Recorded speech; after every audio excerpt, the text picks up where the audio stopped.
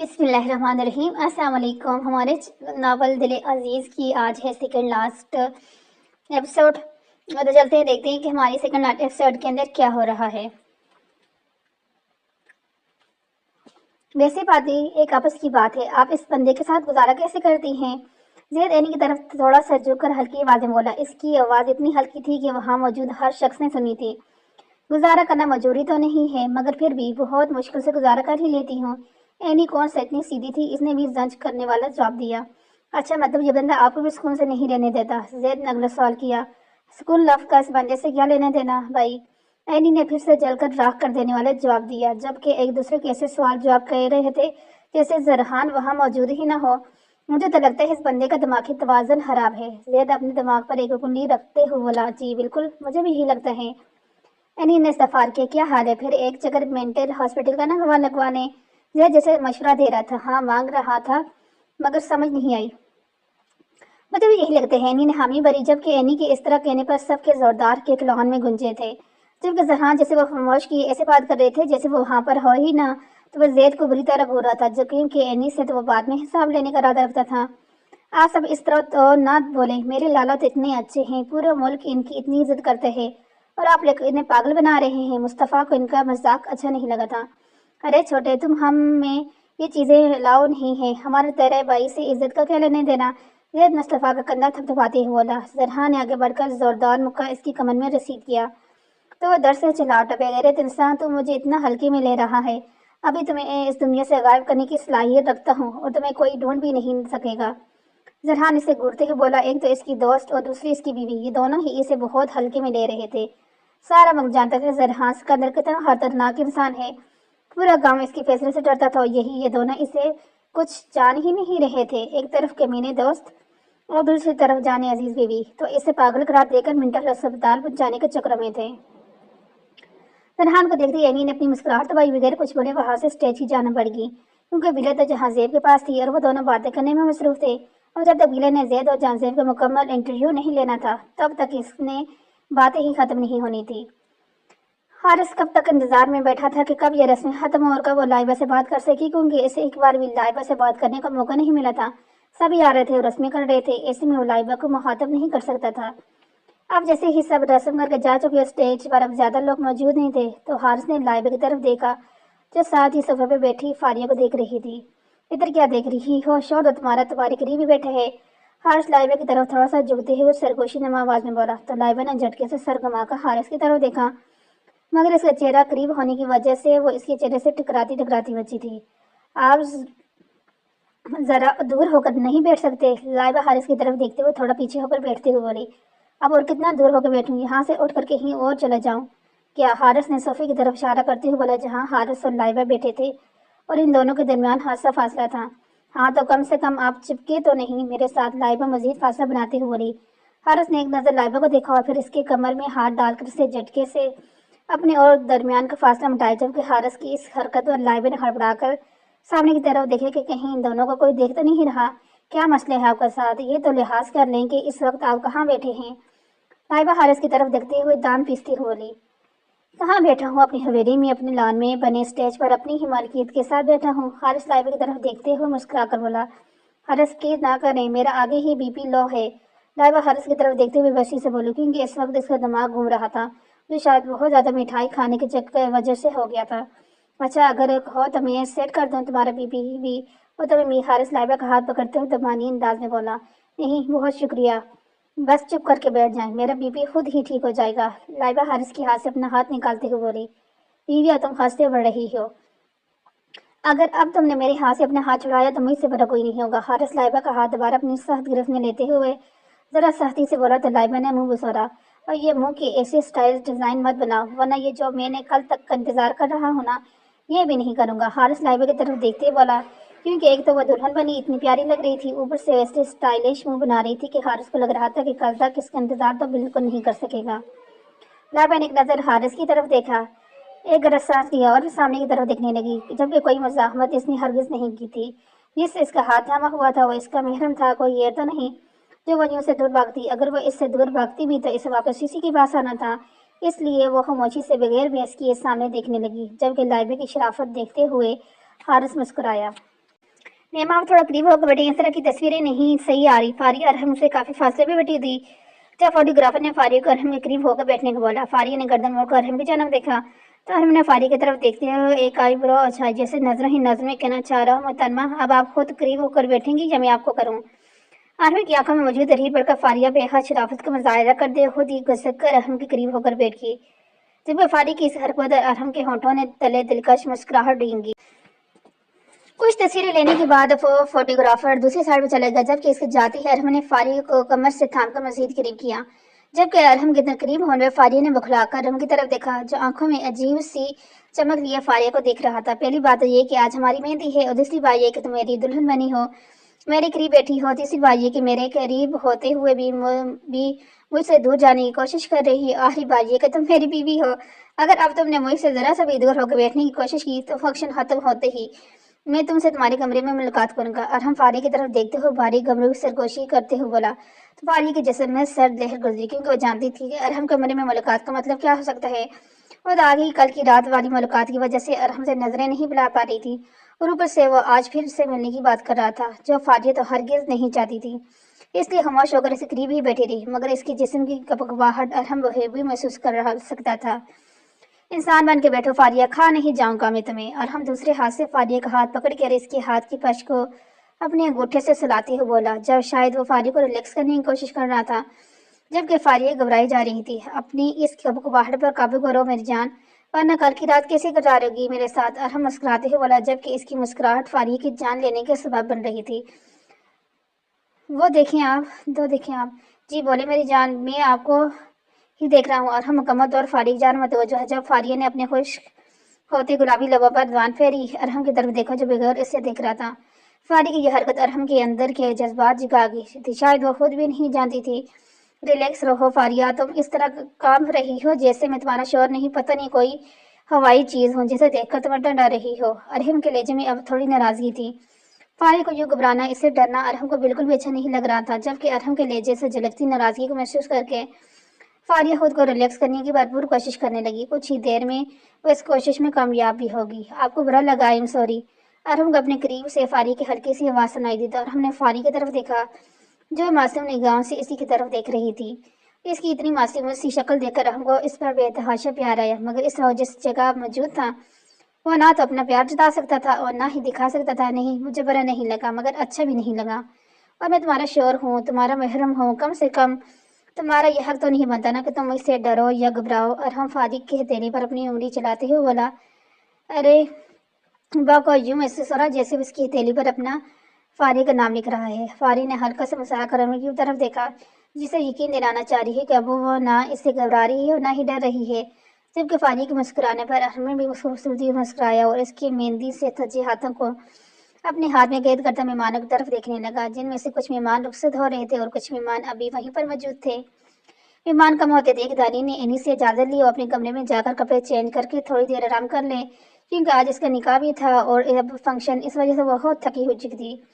अब उसे बेतहाशा थकन महसूस हो रही थी। इसने एनी में इसकी तबीयत के पेश नज़र इसे जाने की इजाज़त दे दी। दानियाल सीढ़ियों करीब पहुंची तो इसे सामने ही सीढ़ियों से दानियाल आता हुआ दिखाई दिया। दानियाल को देखते ही दानियाल ने अपनी नजरें झुका ली। दानियाल ने बहुत गौर से दानियाल की इस हरकत को देखा था। दानियाल ने दानियाल के करीब से गुजर कर जाने लगी, जब दानियाल की आवाज़ ने इसके कदम रोक दिए। सुनो। दानियाल दानियाल की तरफ देखते हुए तो दानियाल ने अपना सूखा हुआ गला तर किया और मुड़कर दानियाल की तरफ देखा, जो इसके सामने खड़ा था। जी। दानियाल ने नजरें झुकाते हुए बोला, तुम जानती हो कि मैं तुम्हारा क्या लगता हूँ। दानियाल की तरफ दो कदम बढ़ाते हुए बोला, जी बाय बाय। दानियाल ऐसा जवाब देने के चक्कर में ऐसे फिर से बाई बोल गई, जबकि अब श्योर होने के मेडल हासिल करने के बाद भी दानियाल के मुंह से बाई का लफ्ज सुनकर दानियाल को झटका लगा।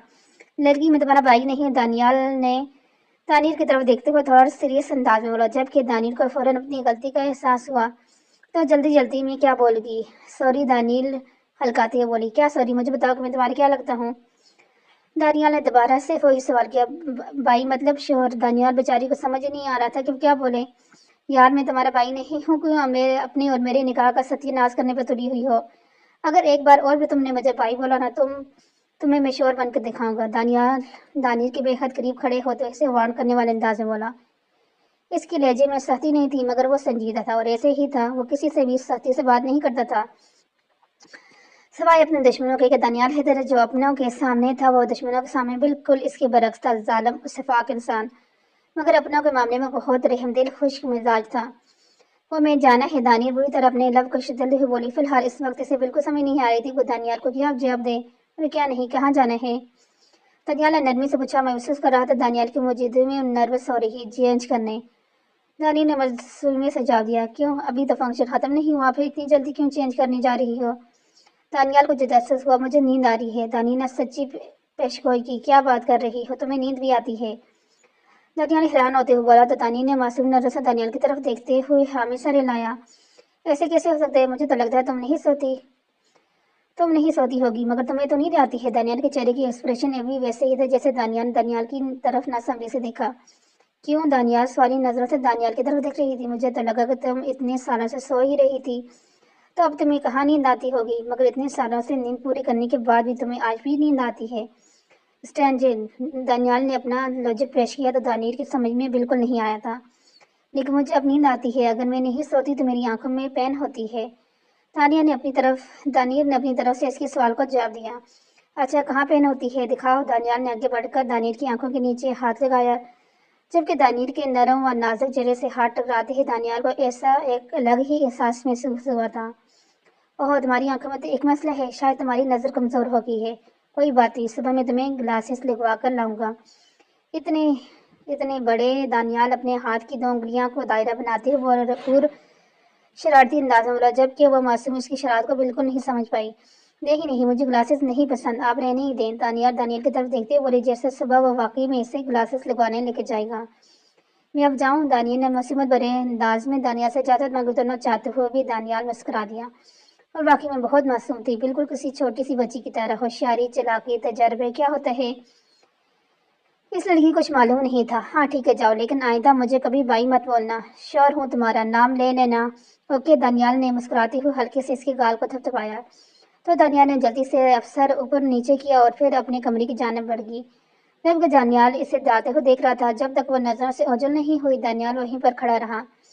کہاں سے لگتی ہے یہ secret agent officer Daniyal Haider کی بیوی؟ بالکل چھوٹی سی بچی تو ہے، اسے تو میں آرام سے ہینڈل کر لوں۔ دانیال مسکراتے ہوئے بڑبڑایا اور قدم حویلی سے باہر ہی جان بڑھا ہے۔ یہ پہلی بار تھا، مگر دانیال اسے بہت اچھی لگی تھی، بالکل کسی چھوٹی بچی کی طرح۔ فنکشن اپنے اختتام پر پہنچا، تمام مہمان واپس جا چکے تھے، جبکہ جو مہمان حویلی میں رہنے کے لیے آئے تھے وہ سب بھی اپنے اپنے کمرے میں جا چکے تھے۔ اس وقت حویلی کے مالکین لاؤنج میں بیٹھے چائے پی رہے تھے، کیونکہ سب کو ہی بے حد تھکن کا احساس ہو رہا تھا، اس لیے سب نے چائے پی کر اپنے اپنے کمرے میں سونے کے لیے چلے جانا تھا۔ لائبہ اور فاریہ کو پہلے ہی کمرے میں بھیج چکے تھے اور وہ دونوں چینج کرتے ہی سو گئی تھی، کیونکہ وہ دونوں بے تحاشا تھکی ہوئی تھی اور کل پھر بہتر دکھنے کے لیے ان کی لیے نیند پوری کرنا بہت ضروری تھا۔ بیلا بھی نیند سے جھول رہی تھی، اس لیے اینی اسے لے کر اپنے کمرے میں جا چکی تھی اور اب اینی بیلا کو سلا کر اپنا لیپ ٹاپ کھولے اپنے کچھ کام کرنے میں مصروف تھی۔ یہ دن دانیال اور اینی کے لیے بے حد ضروری تھا، مگر حویلی میں شادی ہونے کی وجہ سے وہ لوگ آفس نہیں جا سکتے تھے اور ان کا بہت سا کام پینڈنگ پڑا تھا جسے اب اینی بیٹھی مکمل کر رہی تھی۔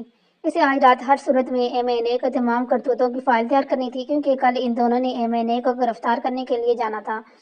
اس دوران اینی نہیں چاہتی تھی کہ کوئی بھی قانونی فلسفہ بیچ میں اسے لے، وہ مضبوط ثبوت کے ساتھ وہاں جانا چاہتی تھی جو رات کے 2 بجے بیٹھی وہ تیار کر رہی تھی۔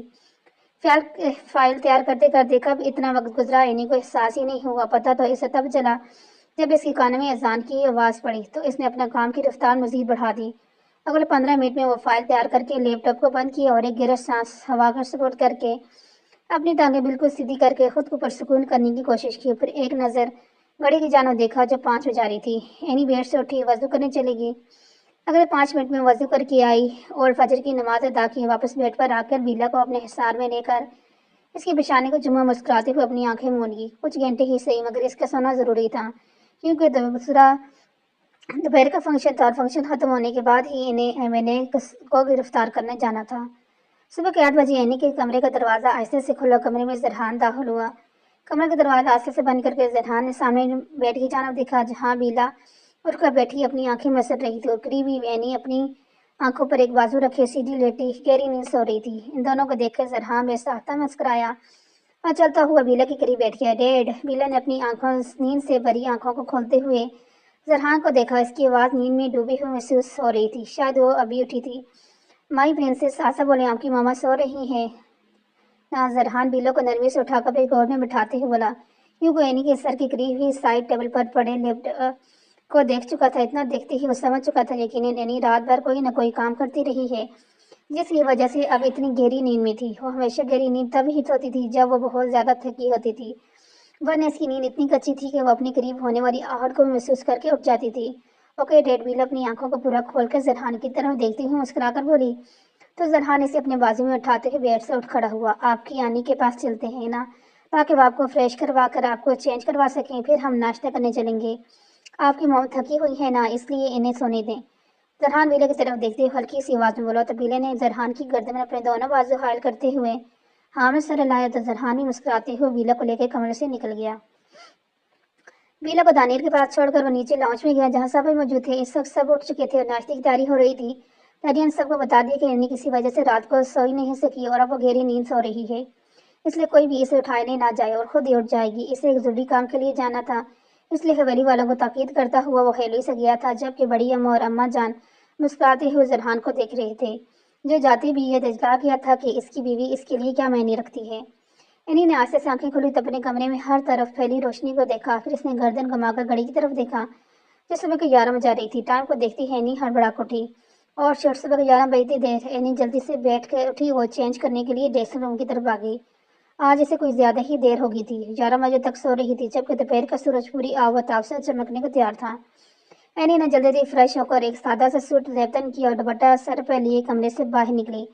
इसे तो वक्त का एहसास ही नहीं हो सका, इसकी नींद ही इतनी गहरी थी तो इसको पता ही नहीं चला कि इतना वक्त भी गुजर गया। 1 बजे सबको हवेली से हाल के लिए निकलना था, क्योंकि बारात वहीं पर आनी थी। नीचे लॉन में जाने के बजाय एनी ने अपना रुख लाइबा फारी के कमरे की जानिब किया, क्योंकि इतना तो इससे अंदाजा था कि सब बारात के लिए तैयार हो रहे होंगे। क्योंकि जाने के लिए सिर्फ 2 घंटे बचे थे, यकीनन दानियर और बीला भी इन्हीं के कमरे में इनके साथ मौजूद होंगी। एनी कमरा का दरवाजा खोलकर अंदर दाखिल हुई तो सामने ही ब्यूटिशियन फारिया को तैयार कर रही थी, जबकि लाइबा बिल्कुल तैयार होकर बैठी हुई थी। दानियर भी तैयार थी और बीला को पहले से तैयार कर चुकी थी। शुक्रिया आपी, आप उठ गई। शुक्र है आपी, आप उठी, वरना मैं तो बस आपको उठाने के लिए जाने ही हो रही थी। दानियर एरिन की तरफ देखती हुई बोली। तो मुझे पहले ही उठा देती, मैं इतनी देर सोती रही, मुझे तो ये भी पता नहीं चला। एनी दानियर के करीब बेड पे बढ़ती हुई बोली। मैं तो आपको उठा देती, मगर जरहान भाई ने मना किया था। उन्होंने बोला था कि आपको कोई भी उठाने ना जाए, आप गहरी नींद सो रही हैं। दानियर तफसील से बताई। क्या मतलब? जरहान सुबह मेरे कमरे में आए थे? एनी हैरान हुई।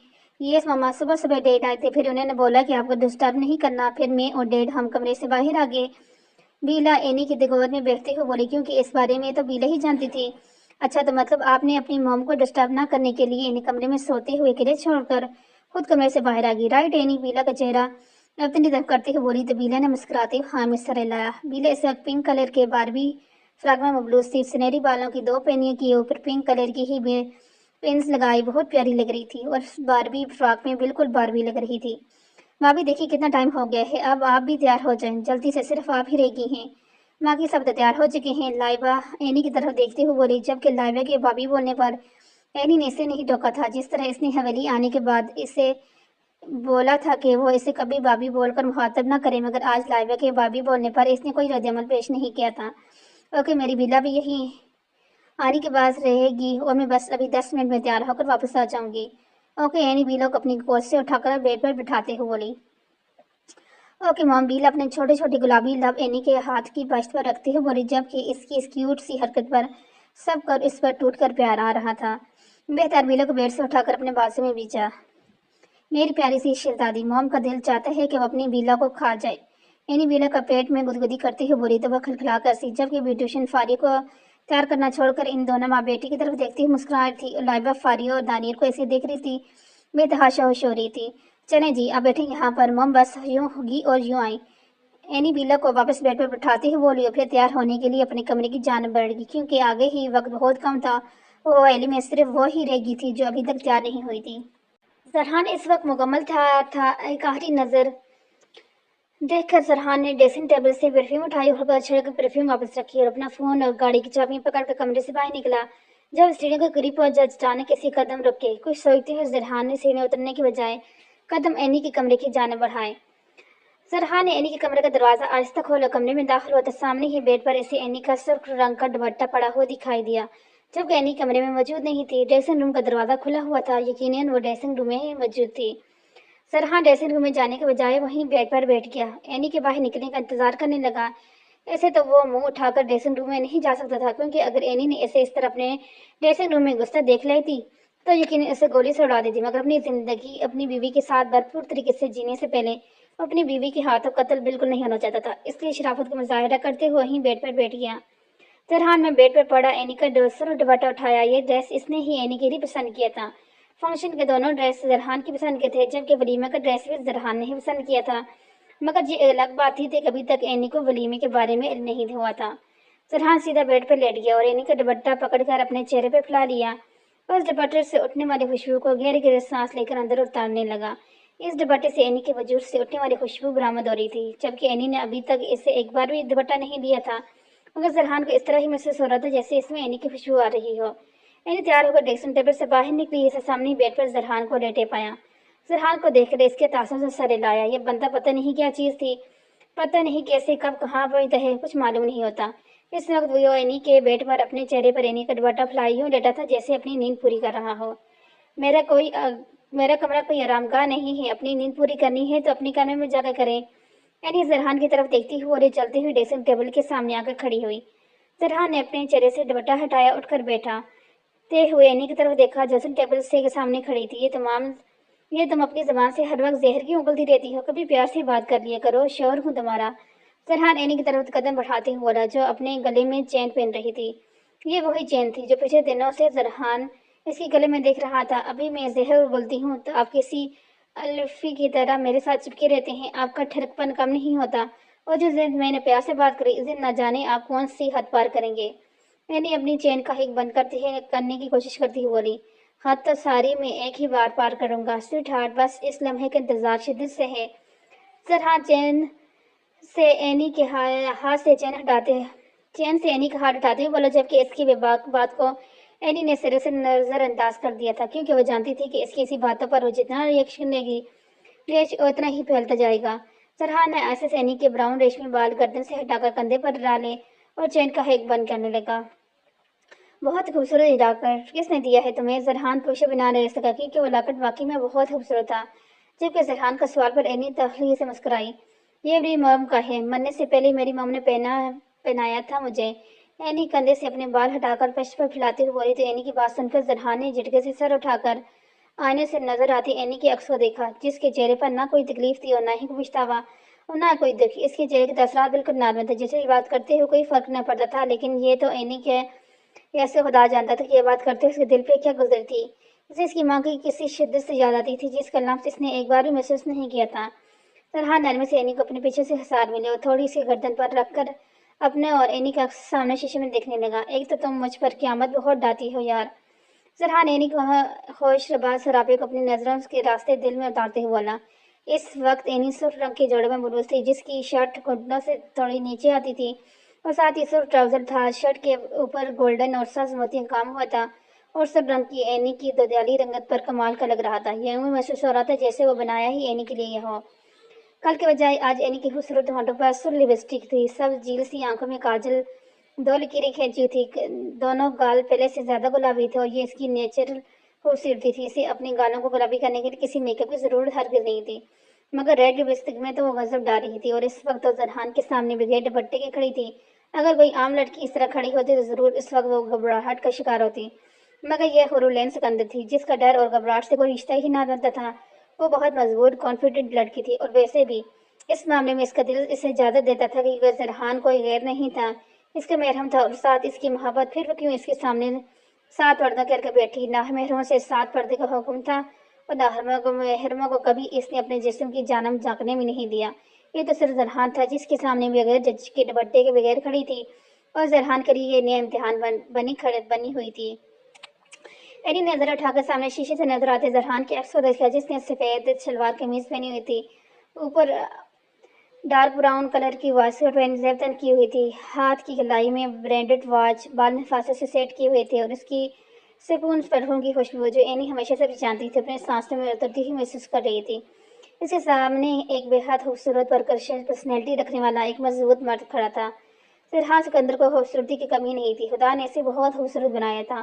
اس کی پرسنالٹی، اس کا مینٹین وجیہ سے بھرپور جسامت، دراز قد، وہ جو شخص کسی بھی لڑکی کا آئیڈیل ہو سکتا تھا، مگر وہ صرف اپنی بیوی سے محبت کرتا تھا، بدلے میں اس سے محبت چاہتا تھا، اور یہ حسین مردوں میں سے ایک مرد اینی سکندر کے نصیب میں لکھ دیا گیا تھا۔ اس کی قسمت کے ساتھ جوڑ دیا گیا تھا۔ اینی بے خودی کے عالم میں زرحان کو دیکھتی جا رہی تھی، جبکہ زرحان کا کچھ بھی یہی حال تھا، وہ بھی یکٹکے صرف اینی کو دیکھ رہا تھا۔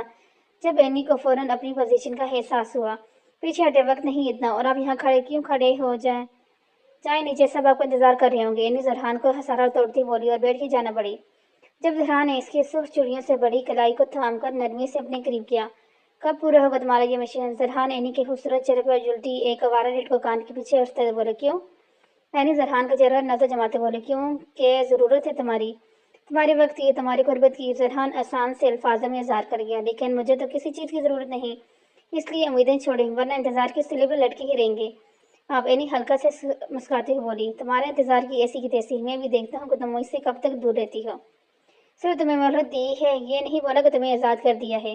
میں نے مت بولنا کہ تم زرحان سکندر کی بیوی ہو، اس کی مالکیت ہو، اور ہمیشہ تمہیں اسی کا ہی بن کے رہنا ہے۔ آج نہیں تو کل تمہیں میری ہی بناؤ میں آنا ہے۔ وقت صرف اس لیے دی ہے تاکہ تم اپنا مشن مکمل کر کے اپنی ذمہ داریوں کو سنبھال سکو، اس لیے نہیں کہ تم اپنے دماغ میں فضول کے فطور پیدا کرو۔ زرحان اینی کو گھورتے ہوئے بولا، مگر مجھے آپ کی انتظار کی سلور لٹکانے میں مزہ آتا ہے۔ اینی اسے جان بوجھ کر تنگ کر رہی تھی، یا پھر اس کے منہ سے کچھ اور ہی سنا جا رہی تھی؟ بہت ہی بے مروت بیوی ہو، میرے شوہر کو پاگل عاشق بنا کر ہی چھوڑنے کا ارادہ ہے، مگر میں بھی زرحان سکندر ہوں، میں سے زرحان سکندر، آپ کے انتظار کو ہم نے خود ہی ختم کروں گا۔ زرحان اینی کے سر ہونٹوں کو اپنے ہونٹوں انگوٹھے سے سلاتے ہوئے بولا، جبکہ زرحان کے ارادے جان کر اینی نے اس کا ہاتھ جھٹکا۔ میرے ساتھ زیادہ ڈرامے بازی کرنے کی ضرورت نہیں، میں نے پہلے ہی بولا ہے کہ اتنا فضول وقت نہیں۔ اینی جھٹکے سے زرحان کے حصار سے نکلتے ہوئے بولی، ہاں بیٹھ سے اپنا دوپٹہ اٹھا کر اوڑا، وقت ہی وقت ہے، تم ایک بار اجازت تو دو۔ زرحان دوبارہ اس کے ساتھ چپک چکا تھا، جب اینی کا دل چاہ رہا تھا کہ چیزیں انسان کا سر پھاڑ دے، جسے ایک بات سمجھ ہی نہیں آ رہی سوائے اپنے رومانس کے۔ اس کی بات مکمل ہونے سے پہلے ہی زرحان اس لبا میں جگہ نرمی سے اپنے لمس چھوڑ گیا، جب پیچھے ہٹا، جبکہ اینی کا چہرہ اب سرخ ہنگار بن چکا تھا۔ اس کے ہونٹوں پر لگی سرخ لپسٹک اور اس کے گالوں پر جمی تھی لالی میں کوئی فرق نہیں معلوم ہو رہا تھا، اور میں نے سوچا کہ میری بیوی زیادہ میک اپ نہیں کرتی نا، اور تمہارے گال بہت کم گلابی تھے، سوچا ان پر تھوڑا اور گلال بکھر دوں۔ زرحان اینی کی طرف دیکھتے ہوئے بولا، جو بری طرح سے گھڑ رہی تھی۔ اس سے پہلے کہ اینی اپنے پاس پڑے کوئی چیز اٹھا کر زرحان کو مارتی، زرحان تیزی سے کمرے سے نکلا تھا، جبکہ اینی پیچھے سے اسے گھورتی ہی رہ گئی۔ لڑکے والوں کی گاڑیاں حوالے سے نکل چکی تھی، اور ہم اور حارث ایک ہی گاڑی میں بیٹھے تھے، جس کی ڈرائیونگ سیٹ پر جان زیب بیٹھا تھا اور ساتھ والی سیٹ پر زید جمع تھا، جبکہ دونوں دلہے پچھلی سیٹ پر بیٹھے ہوئے تھے۔ زرحان کی گاڑی میں دلہن موجود تھی، جن کے ساتھ اینی بیٹھی ہوئی تھی، اور وہ لوگ ابھی بہت پیچھے تھے۔ دانیال کی گاڑی بھی زرحان کی گاڑی کے ساتھ ہی اپنی منزل کو رواں تھی، اور دانیال کی گاڑی میں دانیر، سائمہ بیگم، حیدر اور بیلا بیٹھے ہوئے تھے، جبکہ حویلی والوں کی تمام ملکی نوئی گاڑیاں آگے پیچھے ہی تھی۔ مہمان پہلے ہی حال پہنچ چکے تھے، اب صرف ان سب کے پہنچنے کی دیر تھی۔ یار بہت بور ہو رہے ہیں، کچھ ایڈونچرز کر لیتے ہیں۔ زید کے شیطانی دماغ میں کوئی شرارت چمکی۔ دیکھ بھائی، ابھی اپنے اس شیطان کو سلا دے، کیونکہ ابھی ہمارا حال میں پہنچنا ضروری ہے۔ اپنے ایڈونچر کو بات کر رکھ لو، اور ہم نے اس کے ارادے جان کر اسے آن کیا۔ ارے اتنا بھی ضروری نہیں، نکاح تم لوگوں کو ہو چکا ہے، صرف رخصتی ہونی ہے، ٹائم کا ٹائم پہنچ جائیں گے، زید شان بے نیازی سے بولا، جبکہ زید کی بات سن کر ارحم اور حارث نے بے یقینی کی عالم میں زید کی طرف دیکھا۔ ضرور وہ کوئی نہ کوئی کارنامہ سر انجام دینے والے تھے، اس لیے وہ اس طرح بول رہے تھے۔ دیکھیں بھائی، ابھی کے لیے آپ اپنے ارادوں کو ڈھیلا کر دیں، کیونکہ اگر لالوں کو معلوم پڑ گیا نا کہ ہم حال کے میں دیر سے پہنچ دیتے ہیں، تو ایسی درگت بنائیں گے کہ آپ کی سوچ ہوگی۔ حارث نے زید کو پیار سے سمجھانا چاہا، جبکہ زید کے شیطانی دماغ میں کچھ اور ہی چل رہا تھا۔ ارے تمہارے لالا کی ایسی کی تیسی، کیا کر لے گا وہ؟ زید ہاتھ پر ہاتھ مارتے ہوئے بولا، جیسے زرحان کو وہ کچھ سمجھتا ہی نہ ہو، مگر زرحان کا پڑھنے والا ایک ہاتھ اسے بہت اچھے سے سمجھا دیتا تھا کہ زرحان سکندر کون ہے۔ دیکھ یار، میں تمہیں پیٹ سے سمجھا رہا ہوں، کوئی بھی ایسی حرکت کرنے کے بارے میں سوچی بھی مت۔ ارحم نے زید کے کندھے پر ہاتھ دباؤ بڑھاتے ہوئے بولا، ارے اتنی کیا جلدی ہے تم لوگوں کو جانے کی، تھوڑا صبر کر لو، بیویاں تم لوگوں کی ہی ہیں، اور آنا تو ان دونوں نے تمہارے ہی پاس ہے، پھر کیوں اتنے اتاولے ہو جا رہے ہو؟ آپ کی بات جان زیب بولا، جو تب سے چپ بیٹھا، یار تو اب یہ ہم اپنی بات مکمل کرتا۔ جان زیب نے جھٹکے سے گاڑی کا رخ موڑا، सीधा जाने के बजाय वो बाईं जानब गाड़ी ले गए। अब तो अरहम और हारिस यकीनी के आलम में कभी एक दूसरे को देख रहे थे और कभी जैद और जानजेब को जो आज इन दोनों को जूते पड़वाने का मुकम्मल प्रोग्राम बनाए हुए थे। हाँ हाँ, अरहम और हारिस की चेहरे की हवाएं उड़ता देखकर जैद कह लगाकर हंसे, अरे दूल्हा राजा सब्र रखो, सब्र का फल मीठा होते हैं। जैद गर्दन घुमाकर अरहम और हारिस की तरफ देखते हुए बोला और फिर से कह लगाकर हंसा, मगर जो सब्र तुम हमें करने का बोल रहे हो ना, इस सब्र के बदले हमें फल नहीं बल्कि जूतों की हार मिलेगी, कमीनी इंसान। और हम इसके कंधे पर एक जोरदार मुक्का मारते हुए बोला और जासनाब को बुरी तरह घूरा, जो हंस हंस कर पागल हो रहा था, क्योंकि हारिस और अरहम की शक्लें देखने वाली थी जो रास्ता बदलने पर इन दोनों की बनी थी। पता नहीं वो कौन सी मनहूस घड़ी थी जब तुम दोनों कमीनों पर यकीन करके हम इस गाड़ी में बैठ गए। और हम इन दोनों की तरफ देखते हुए दांत पीसते हुए बोला, मजबूरी तो ये थी कि अपना फोन भी घर भूल कर आए थे, वरना अब तक वो जरहान को फोन कर चुके होता। अरे दूल्हा राजा, इतना गुस्सा मत करो, ये ना हो कि तुम्हारी दुल्हन तुम्हारे साथ जाने से इनकार कर दे। जानजेब शीशे से अरहम की तरफ देखते हुए बोला और फिर जानजेब और जैद का जोरदार के गाड़ी में गूंजा, बकवास बंद कर अपनी। अरहम को बस नहीं चल रहा था वो जल्दी गाड़ी से इन दोनों को उठाकर बाहर फेंक दे। फोन कहाँ है तुम्हारा? अरहम हारिस की तरफ देखते बोला, जिसने बेचारी से शक्ल बनाकर कंधे उछाई, नहीं वो भी अपना फोन घर छोड़ाया था। बेवकूफ इंसान, अपना फोन तो साथ रखते। और हम हारिस को घूरते बोला, अब इन दोनों के पास जानजेब और जैद की मिन्नतें करने के अलावा कोई रास्ता नहीं था, क्योंकि वो दोनों इन्हें हाल तक पहुंचा सकते थे, वरना जिस रास्ते से जानजेब इन्हें लेकर आया था तो दूर दूर तक कोई गाड़ी कोई रक्षा नजर नहीं आ रहा था, वरना अरहम तो अपनी गाड़ी से उतरकर रक्षा को उड़ाकर चला जाता। और पूरा आधा घंटा लगातार हारिस अरहम की मिन्नतें करने के बाद जानजेब जैद को इन दोनों पर तरस आ गया और आधा घंटा जलील करने के बाद इन दोनों ने हारिस और अरहम को हाल तक पहुंचा ही दिया। हाल में तमाम मेहमान इकट्ठे हो चुके थे, तमाम मेहमानों को खाना भी खिला दिया गया था। अब सिर्फ दुल्हनों के आने का इंतजार था। अरहम और हारिस सामने स्टेज पर बैठे अपनी दुल्हनों के आने का इंतजार कर रहे थे। जैसे जैसे वक्त गुजर रहा था वैसे वैसे इनका इंतजार बेचैनी में बदल रहा था। अरहम ने ब्लैक कलर की शेरवानी से तन की हुई थी, जबकि सर पर इसकी पगड़ी थी और ब्लैक शेरवानी में वो किसी रियासत का शहजादा मालूम हो रहा था। जबकि दूसरी जानब हारिस ने भी एक ब्लैक ही शेरवानी पहनी हुई थी, मगर इसका डिजाइन और शेरवानी के अरहम की शेरवानी से बिल्कुल अलग थी। दाएं हाथ की मजबूत कलाई पर ब्रांडेड वॉच पहनी हुई थी, चेहरे पर अलग ही रौनक थी। दोनों के चेहरे पर एक मुस्कुराहट थी जो कभी ना खत्म होने वाली मुस्कुराहट, और ये मुस्कुराहट अपनी मोहब्बतें पाने वाली मुस्कुराहट थी। अपनी मोहब्बतों को पाकर हर कौन खुश नहीं होता। वो दोनों भी बहुत खुश थे, क्योंकि इन दोनों की ही मोहब्बतें बचपन की मोहब्बतों से तब्दील होकर इनकी जिंदगी सारी जिंदगी के साथी बन चुकी थी। बेटा जाओ फारी और लाइबा को लेके आओ, वक्त काफी हो रहा है, रस्म करके रसीदी करें। बड़ी अम्मा एनी की तरफ देखते बोली, जी मैं भी लेके आती हूँ। एनी बड़ी अम्मा की तरफ देखते हुए मुस्कुराकर बोली, फिर दानियर को अपने साथ चलने का इशारा किया और फिर इन दोनों ने कदम ब्राइडल रूम की तरफ बढ़ाए जहाँ लाइबा और फारिया मौजूद थी। एनी ने ब्राइडल रूम का दरवाजा खोला तो सामने ही लाइबा और फारिया दुल्हन बनी बैठी थी। इन्हें देखकर एनी मुस्कुराई, चलती हुई इन दोनों के करीब खड़ी हुई। बहुत प्यारी लग रही हो दोनों। एनी इन दोनों की तरफ देखते हुए मुस्कुराकर बोली, जो मुकम्मल दोनों के रूप में बैठी थी। शुक्रिया भाभी, दोनों ने हल्का सा मुस्कुराकर जवाब दिया। चलो आओ उठो, शाबाश बुलावा आ चुका है तुम दोनों के दूल्हे तुम दोनों के लिए इंतजार कर रहे हैं। एनी फारी का हाथ थाम कर इसे खड़ा करते हुए बोली, जबकि लाइबा को खड़ा होने में दानियर ने मदद की। हारिस अपने फोन में मसरूफ था, जो कुछ देर पहले ही इसने किसी मुलाजिम को हवेली बेचकर अपना और अरहम का मंगवाया था।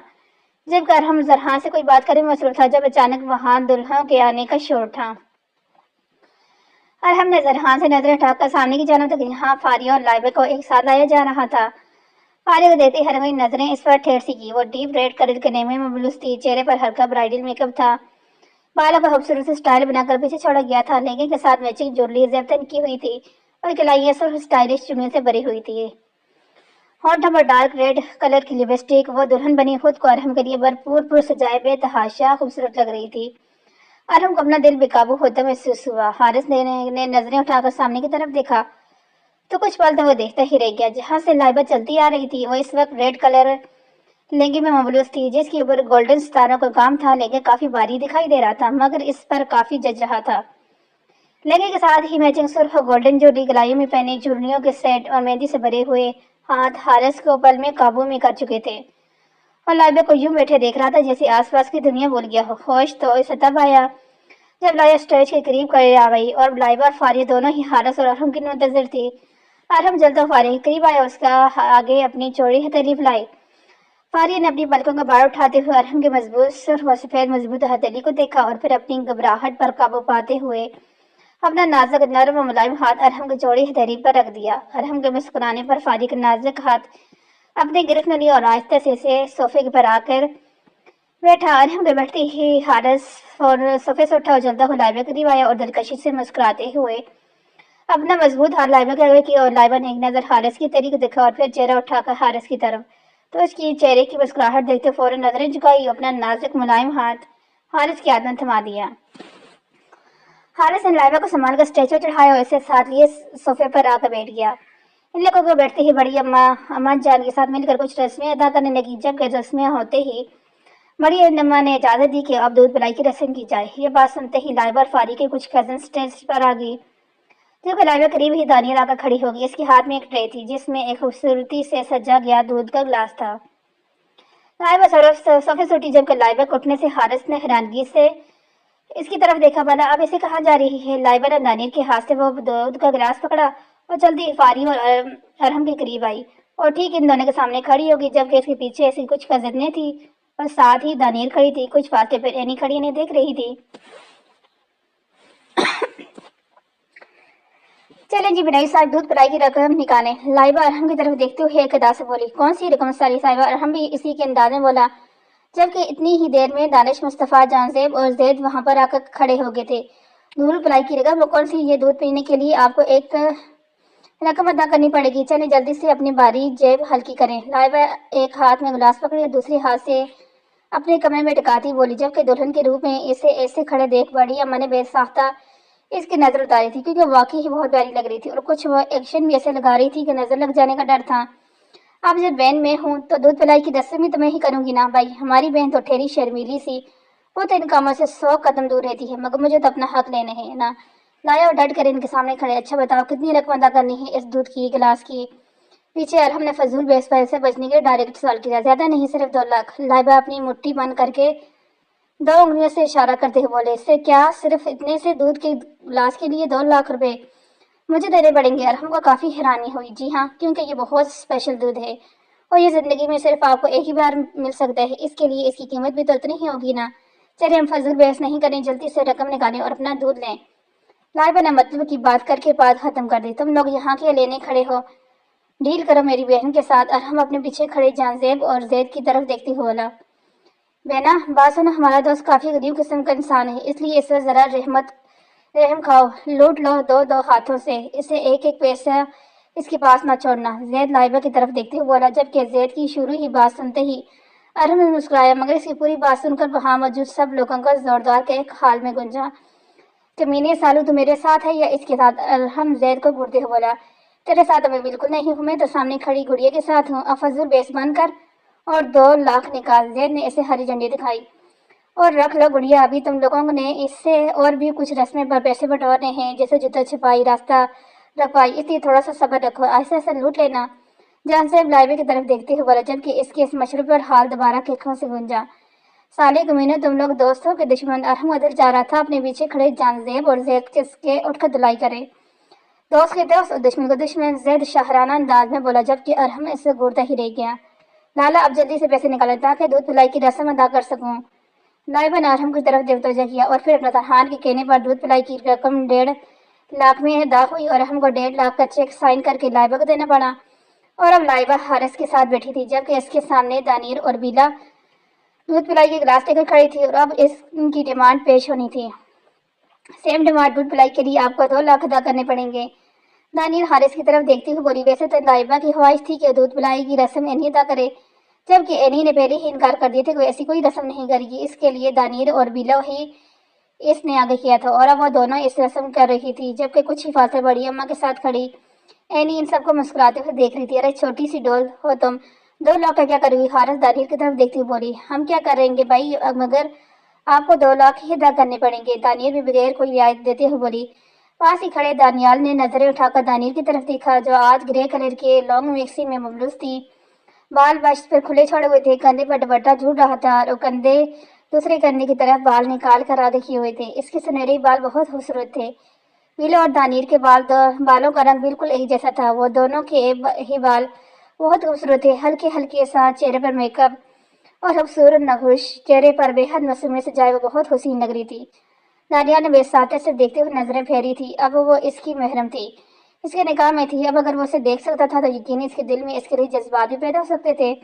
ٹھیک ہے، لیکن 2 لاکھ نہیں، صرف 1 لاکھ دوں گا، کیونکہ میں چھوٹا ہوں، اس لیے آپ کو مجھے ڈسکاؤنٹ دینا پڑے گا۔ حارث دانیال کی طرف دیکھتے ہوئے مسکرا کر بولا، جی نہیں جی، آپ ہمیں 2 لاکھ دیں گے۔ بیلا اپنے چھوٹے چھوٹے ہاتھوں سے 2 لاکھ کا اشارہ کرتے ہوئے بولی، تو سب نے نظریں گھما کر بیلا کی طرف دیکھا، جو بالکل کوئی چھوٹی سی ڈول رہی تھی، مگر بہت پیاری لگ رہی تھی۔ آپ 2 لاکھ کی کیا کرو گی پرنسس؟ حارث بیلا کی طرف تھوڑا جھکتے ہوئے بولا، ہم چیٹوز کھائیں گے، چاکلیٹ کھائیں گے اور بہت ساری شاپنگ کریں گے۔ بیلا اپنے دونوں بازوؤں کو پھیلاتے ہوئے بولی، تو سب ایسے دیکھ کر مسکرا دیے۔ شاپنگ تو آپ 50,000 میں بھی کر سکتی ہو، اس میں آپ کے چٹوز بھی آئیں گے اور آپ کی چاکلیٹس بھی۔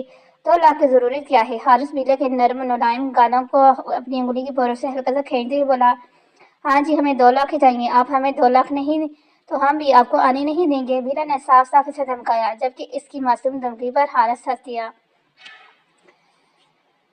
پوری شیرنی لگ رہی ہو پرنسس۔ زید نے بیلا کو اپنی گود میں اٹھاتے ہوئے چٹا چٹ اس کی گال چوم لی۔ آج تک کسی کی ضرورت نہیں ہوئی کہ کوئی اسکندر حویلی کے چشم چراغ کو دھمکا سکے، اور یہ چھوٹی سی لڑکی اتنی سی بڑی دھمکی دے گی؟ ماننا پڑے گا، دھمکی تو بڑی پاورفل ہے۔ ہاتھ سے دلچسپی سے مسکراتے ہوئے بولا، ہاں جی، آپ اب جلدی سے ہماری ڈیمانڈ پوری کریں، ورنہ ہم لائبہ کو یہاں سے اٹھا کر واپس برائڈل روم میں بٹھا دیں گے۔ اگلی بار دانیال نے بھی دھمکی دی تو حارث کو اپنی جیب ہلکی کرنی پڑی۔ اب وہ صرف 2 لاکھ کے پیچھے ہی اپنی بیوی کی رخصتی واپس نہیں کروا سکتا تھا۔ اللہ اللہ کر کے رخصتی ہو رہی تھی، اس کے سامنے 2 لاکھ کیا، وہ تو یوں ہی لائبہ کا سر سے وار کر پھینک دیتا۔ حارث نے اپنی جیب سے نوٹوں کی گڈیاں نکالی اور سامنے کھڑی لائبہ کے ہاتھ میں تھما دی۔ یاہو! بیلا خوشی سے اچھلتی ہوئی بولی، جبکہ سب ہنستے ہوئے بیلا کی طرف دیکھ رہے تھے، جب وہ تحاشی دکھائی دے رہی تھی۔ اینی بیلا کے ساتھ ایک ٹیبل پر بیٹھی اس کے بال ٹھیک کر رہی تھی، جب اینی کا فون بجا۔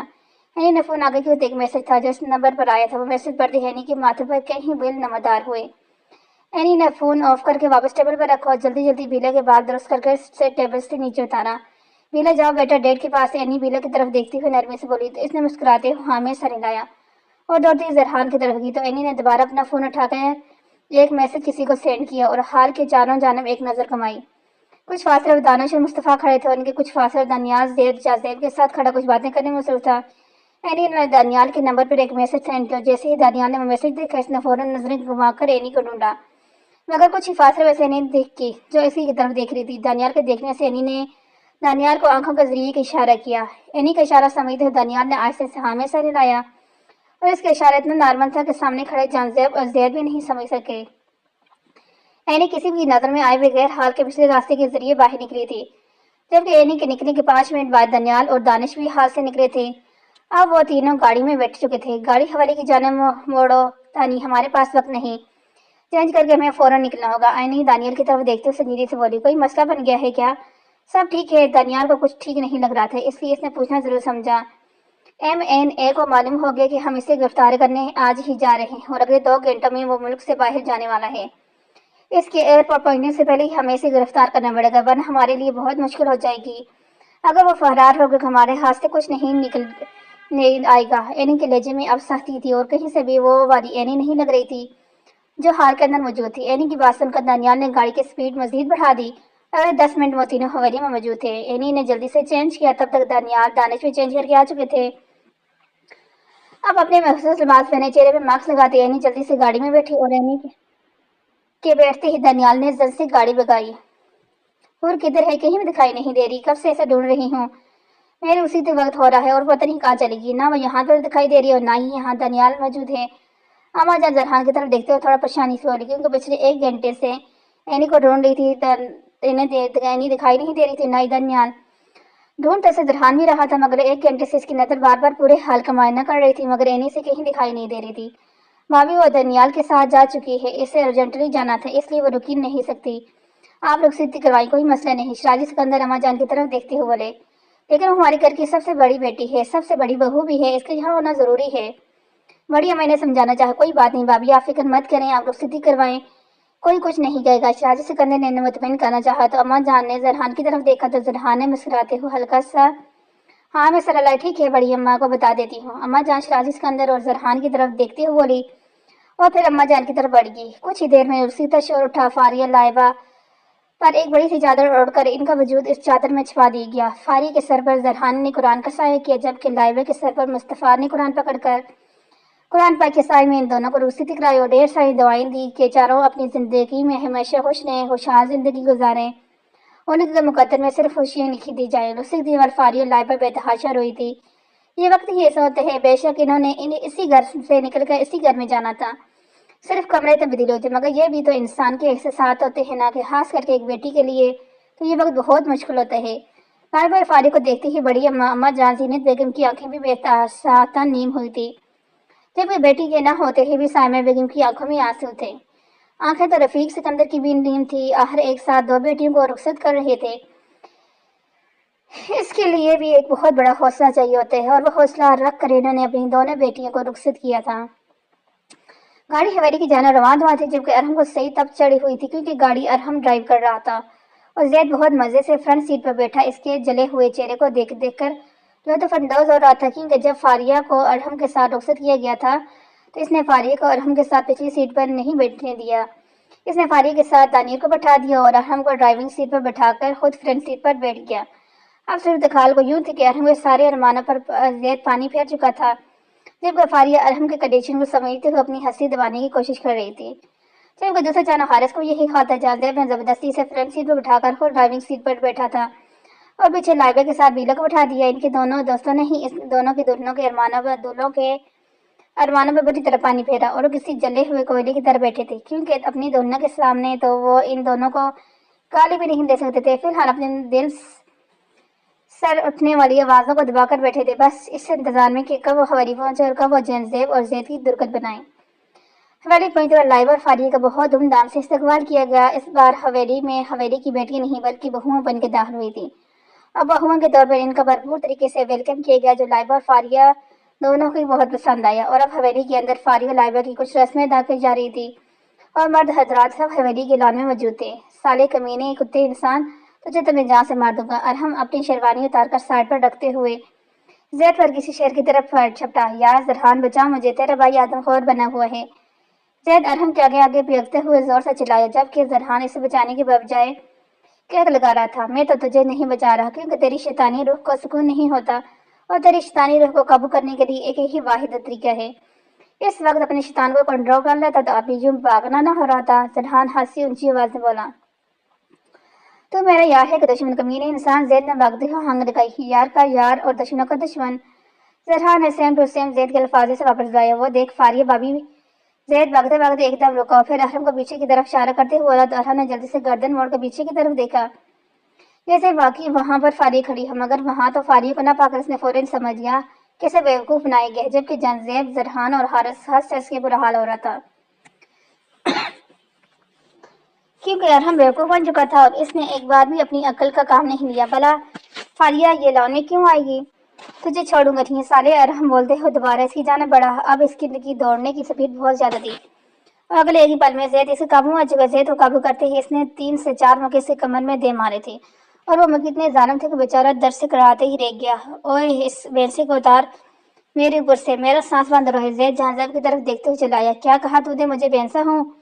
ارحم زید کے الفاظ سن کر مزید دب گیا اور اپنے وزن کا اس کی کمر پر زیادہ دباؤ ڈالتے ہوئے اسے اپنے سکندے میں دبوچ گیا۔ چل چھوڑ یار، اس سے اتنا بدلہ کافی ہے، باقی کی بات کے لیے رکھ لو۔ جہاں ارحم کو کھینچ کر زید کی کمر سے کھڑا کرتے ہوئے بولا، یقیناً یہ حرکت زید کی جگہ جہاں نے کی ہوتی تو جہاں کو یہی حال ہونا تھا، یا تو جہاں کی خوش قسمتی کی تھی کہ اس نے ارحم سے نہیں بلکہ حارث سے پنگا لیا، اور حارث نے جہاں کے بڑے ہونے کا لحاظ رکھ کر لیا، کیونکہ جہاں اس سے 6 سال بڑا تھا، اس لحاظ سے اس نے صرف ناراضگی ظاہر کی تھی اور کچھ نہیں بولا تھا۔ ہائے ظالم، میری کمر توڑ دی، اللہ پوچھے تجھے۔ زید اپنی کمر پر ہاتھ رکھتے ہوئے اٹھ کھڑا ہوا اور داہی دیتے ہوئے زرحان کے ساتھ والی کرسی پر جا بیٹھا، تو اپنی زبان بند کر لے، ڈیٹ کہیں گے ورنہ پھر سے درگت بنا دوں گا۔ ارحم اس کے قریب ہی بیٹھتے ہوئے بولا، یار اتنا غصہ کیوں کر رہے ہو؟ یاروں کی شادی میں تو ایسے مذاق ہوتے ہی رہتے ہیں۔ زید اس کے کندھے پر ہاتھ رکھتے ہوئے دوستانہ انداز میں بولا، شاید وہ کچھ دیر پہلے پڑھنے والے مکے بھول چکا تھا، ہاں، اور یہ بات وہ بھی اچھے سے طرح سے ذہن نشین کر لے، تیری بھی ابھی رخصتی باقی ہے، تجھے تو میں ایسے تڑپاؤں گا کہ ساری زندگی یاد رکھے گا۔ ارحم زید کی طرف دیکھتے ہوئے وارن کرنے والے انداز میں بولا، ہاں ہاں، فکر مت کر، میں اپنی دلہن لے کر بھاگ جاؤں گا۔ زید مذاق اڑانے والے انداز میں بولا، میں نے دنیا میں بہت کمینے دیکھے، مگر تیری جیسی کوالٹی کمینے انسان میں نے آج تک نہیں دیکھا۔ ارحم اس کی بے شرمی پر چوٹ کرتے ہوئے بولا، ہوگا بھی کیسے، آئی ایم اونلی ون، زید ایک ادا سے اپنے فرضی کالر جھڑ کرتے ہوئے بولا۔ اٹھ چل اٹھ، زیادہ وقت نہیں ہمارے پاس، وقت پر یہاں سے نکلنا ہے تاکہ ٹائم سے اپنے اپنے گھر پہنچ سکیں۔ چل زید کھڑے ہوتے ہوئے بولا، کیا مطلب تم لوگ اتنی جلدی جا رہے ہو؟ ابھی تو ولیمہ بھی نہیں ہوا۔ زرحان ان دونوں کی طرف تعجب سے دیکھتے ہوئے بولا، جو ابھی کل ہی آئے تھے اور آج واپس کے لیے نکل رہے تھے۔ دیکھ یار، ہم سے سنگل نہیں گھوما جاتا، ولیمے والے دن اپنی بیویوں کو ساتھ لے کے لائیں گے تاکہ ہمارا بھی دل لگے رہے۔ اب تو جیسے سڑی ہوئی شکلوں کو دیکھ کر ہمارا وقت نہیں گزرے گا۔ زید کرسی سے کھڑا کر ہوتے ہوئے بولا، جبکہ اس کی بات پر ارحم اور زرحان نے گور کے سے دیکھا۔ پریشان نہیں یار، ولیمہ تو ایک دن بعد ہی ہے، اور میں بھی چاہتا ہوں کہ میں افراح کو ساتھ لے کے آؤں اور یہ بھی عائشہ کو ساتھ لے کے آئے گا اور پھر ہم ولیمہ اٹینڈ کر لیں گے۔ جان زیب زرحان کے کندھے پر ہاتھ رکھتے مسکرا کر بولا۔ زرحان مسکرا دی کیونکہ اس نے ساری فیملی کو انٹیمیشن دیا تھا کہ وہ دونوں اکیلے ہی آئے تھے، مگر مکرم بھی نہیں آیا کیونکہ وہ اپنی بیوی کے ساتھ پاکستان سے باہر گیا ہوا تھا۔ اب وہ دونوں بول رہے تھے کہ ولیمہ پر اپنی بیویوں کو ساتھ لے کے آئیں گے کیونکہ ولیمہ ایک دن کے وقفے پر رکھا گیا تھا۔ اور کچھ دیر بعد انہوں نے جان زید کو رخصت کیا اور زرحان نے ارحم اور حارث کو اپنے اپنے کمرے میں جانے کا بولا کیونکہ رات کے 10 بج رہے تھے اور اس سے اندازہ تھا کہ دونوں بہت تھک چکے ہوں گے۔ ارحم اپنے کمرے کے دروازے کے کھڑا ایک پوری فوج کو دیکھ رہا تھا جو اس کمرے کے آگے ناکا لگا کھڑی تھی اور اسے اندر ہی نہیں جانے دے رہی تھی، جبکہ اس کی اب ایک اور نئی ڈیمانڈ تھی کہ اندر جانے کے لیے بھی ارحم کو دوبارہ اپنی جیب ہلکی کرنی پڑے گی۔ ارے لڑکیوں، مت تنگ کرو، آگے ہی دن میں تم لوگوں نے اتنا بڑا ہاتھ مار چکی ہو اور پھر سے دروازہ آگے جم کر کھڑی ہو۔ ارحم اپنے سامنے کھڑی دانیر، بیلا اور اس کے پیچھے کھڑی کچھ لڑکیوں کو دیکھتے ہوئے بولا، ارے بھائی یہ تو ہمارا حق ہے، ویسے بھی لائبہ تو آئی ہی نہیں کیونکہ بڑی امن نے سے منع کر دیا تھا، آپ کو تو ابھی اس کا حق بھی ہمیں دینا ہی پڑے گا تاکہ ہم اسے دے سکیں۔ دانیر ہاتھ آگے پھیلاتے ہوئے بولی، مگر یہ جس کا حق ہے وہ تو کہیں دکھائی نہیں دے رہی۔ ارحم کا اشارہ اینی کی طرف تھا جو نہ اسے رخصتی کے وقت دکھائی دی اور نہ ہی اب دکھائی دی۔ آپ ہی کسی کام سے گئی ہوئی ہیں اور جب وہ واپس آئیں گی آپ تب تک ان کا حق دے دیجیے گا، فی الحال ابھی آپ ہمیں ہمارا حق دیں۔ دانیر نے حل پیش کیا، بہت لوٹ رہی ہو تم لوگ مجھے۔ ارحم دانیر کی طرف دیکھتی بولا، پھر اپنی جیب میں ہاتھ ڈال کر نوٹوں کی موٹی تھیلی نکالی۔ یہ پکڑ پرنسس، یہ ناکہ بندی ہٹاؤ یہاں سے، تمہارے ماما کا اور تمہاری آنی کا گفٹ میں انہیں صبح دے دوں گا، اوکے؟ ارحم اور بیلا وہ پیسے لے ہاتھ میں تھماتے ہوئے بولا، ساتھ ہی ان کا گلابی گال چوما تو اس نے مسکراتے ہوئے زور و شور سے ہاں میں سر ہلایا اور سب وہاں سے ہٹ گئی۔ اب ان کا قبضہ حارث کے دروازے پر ہونے والا تھا۔ ارحم نے مسکراتے دروازے کے نام گھمائے، کمرے کا دروازہ کھولا کے اندر داخل ہوا اور آہستہ سے کمرے کا دروازہ بند کر کے سامنے بیڈ کی جانب دیکھا جہاں بیڈ کے بیچوں میں فاریہ بیٹھی گھونگھٹ اوڑھے اس کے انتظار کر رہی تھی۔ ارحم آہستہ سے قدم اٹھاتا ہوا بیڈ کے قریب گیا، جبکہ ارحم کا ایک ایک قدم فاریہ کو اپنے دل پر لگتا ہوا محسوس ہو رہا تھا۔ جیسے جیسے ارحم قریب آ رہا تھا ویسے ویسے اس کی دھڑکنیں بھی تیز ہو رہی تھی۔ السلام علیکم مسز ارحم سکندر۔ ارحم بیڈ پر فاریہ کے قریب بیٹھتے ہوئے بولا، جبکہ فاریہ نے آہستہ سے سر ہلاتے ہوئے اسلام کا جواب دیا۔ اسے دیکھ کر ارحم مسکرا دیا۔ ارحم نے آہستہ سے فاریہ کا سر گھونگھٹ اٹھایا تو فاریہ کی نظریں جھک گئی تھی۔ اب ارحم کے سامنے ایک دلکش نظارہ موجود تھا جو اس کی بیوی تھی، وہ اپنے آپ کو پورا کپور اپنے شوہر کے لیے سجائے بیٹھی تھی۔ ارحم کا دل کیا کہ اسے ابھی خود میں جذب کر لے۔ نظر اٹھاؤ بیگم، آپ کے سامنے آپ کا شوہر نامدار آپ کی ایک نظر کرم کو ترس رہا ہے۔ ارحم فاریہ کی مہندی سے تھجے ہاتھ تھامتے ہوئے بولا اور اگلی بار فاریہ کی گود میں سر رکھ کر لیٹ گیا، جبکہ ارحم کی اس حرکت اور فاریہ کا دل اچھل کر ہلکی میں اٹکا۔ فاریہ نے آہستہ سے آنکھیں اٹھا کر اس کو اپنی گود میں سر رکھ کر لیٹے ارحم کی طرف دیکھا جو فاریہ کے مہندی سے سجا ہاتھ اپنے لبوں سے لگائے۔ ارحم کے لمس سے فاریہ کا دل بری طرح بے قابو ہوا۔ وہ ہم نے فاریہ کی طرف دیکھا، جبکہ ارحم کو دیکھتی ہی فاریہ دوبارہ نظر جھکا گئی۔ ایسے دیکھتے ہوئے ارحم دلکشی سے متوجہ، آج اتنا گھبراؤ گی اور شرماؤ گی تو مشکل ہو گا، کم سے کم آج کے دن تو تمہیں اتنا نہیں گھبرانا چاہیے۔ ارحم فاریہ کی دونوں ہتھیلیاں اپنے سامنے کر کے ان دونوں ہاتھوں کو غور سے دیکھتے ہوئے بولا، شاید اس کے ہاتھوں میں اپنا نام ڈھونڈنے کی کوشش کر رہا تھا جو اگلے ہی پل اسے مل چکا تھا۔ اتنا بھی مشکل نہیں تھا، میں نے تو سنا تھا کہ میں ڈھونڈ ہی نہیں سکوں گا، مگر مجھے تو 1 منٹ میں بننے نہیں لگا۔ ارحم فاریہ کے دائیں ہاتھ کی ہتھیلی کے بیچوں میں انگلی رکھتے ہوئے بولا، جہاں ڈیزائنر میں چھپا ایک چھوٹا سا اس سے لکھا ہوا تھا، جبکہ فاریہ تھوڑا حیران ہوئی، اس نے اتنی جلدی کیسے ڈھونڈ لیا جبکہ کوئی اور ارحم کا نام نہیں ڈھونڈ سکا تھا کیونکہ اسے اتنی مہارت سے چھپایا گیا تھا، مگر ارحم نے تو بہت جلدی ڈھونڈ لیا۔ بہت خوبصورت لگ رہی ہو میری دلہن بن کر۔ ارحم آنکھوں میں ہمارے لیے فاریہ کے سجے سنورے سراپے پر نظریں گاڑتے ہوئے بولا، جبکہ ارحم کی اتنی نزدیکی پر فاریہ بے حد گھبرائی ہوئی تھی اور اس کے وجود میں ہلکی ہلکی لرزش ارحم بخوبی محسوس کر سکتا تھا۔ اتنا گھبرا کیوں رہی ہو؟ तुम कोई गैर थोड़ी हो, तुम्हारा महरम हूँ, तुम तो मुझसे खुल कर बात करनी चाहिए, और तुम इतना घबरा रही हो। अरहम उठकर बैठते हुए बोला, नहीं ऐसा तो नहीं। फारी अपनी पलकों का झाड़ उठाकर अरहम की तरफ देखते हुए बोली, तो फिर कैसे है, तुम ही बता दो। अरहम इसकी कलाई पकड़कर अपनी तरफ खींचते हुए बोला, जबकि वो किसी कटी हुई पतंग की तरह इसकी बाहों में आ समाई। कुछ नहीं। फारी अपनी बेतरतीब होती धड़कनों को पाते हुए बोली, अगर कुछ नहीं तो घबराना बंद करो, तुम्हारे करीब तुम्हारा शोर है, कोई वैर नहीं। अरहम ने फिर से इसे रिलैक्स करना चाहा, जबकि इतनी सी देर में वो इसका दुपट्टा, जो न जाने कितने ही पेन इसके साथ से अटके गया था, एक एक करके खोल चुका था। अपना वजूद से दुपट्टे को हटा देख फारी ने बेहद घबरा गई। इसने अरहम की तरफ देखा, जो इसका दुपट्टा बेड की दूसरी साइड पर पहन चुका था। अब दूरी मुमकिन नहीं, बहुत तड़पाया है फारी बीबी तुमने मुझे, बार बार मुझसे टकराकर मेरा जबर दर्दमा कर। अरहम आहिस्ता आहिस्ता इसकी सारी ज्वेलरी से उतारते हुए बोला, आज राय फरार नामुमकिन। अरहम फारी के दिलकश चेहरे की तरफ देखते हुए बोला, और अगले ही लम्हे झुक कर अपनी सांसें इसमें मुंतकिल करने लगा, जबकि फारिया सख्ती से अरहम के कुर्ते को अपनी मुट्ठी में बींचे हुई बैठी थी। मोहब्बत की सूरत में मुझे कबूल करने का शुक्रिया। अरहम फारिया के गले में खूबसूरत बैंडेज बनाते हुए बोला, जबकि इस खूबसूरत बैंडेज को देखकर फारिया हल्का सा मुस्कुराई, क्योंकि वो बहुत खूबसूरत था और इसमें छोटे छोटे अल्फाजों में ए और एफ लिखा हुआ था।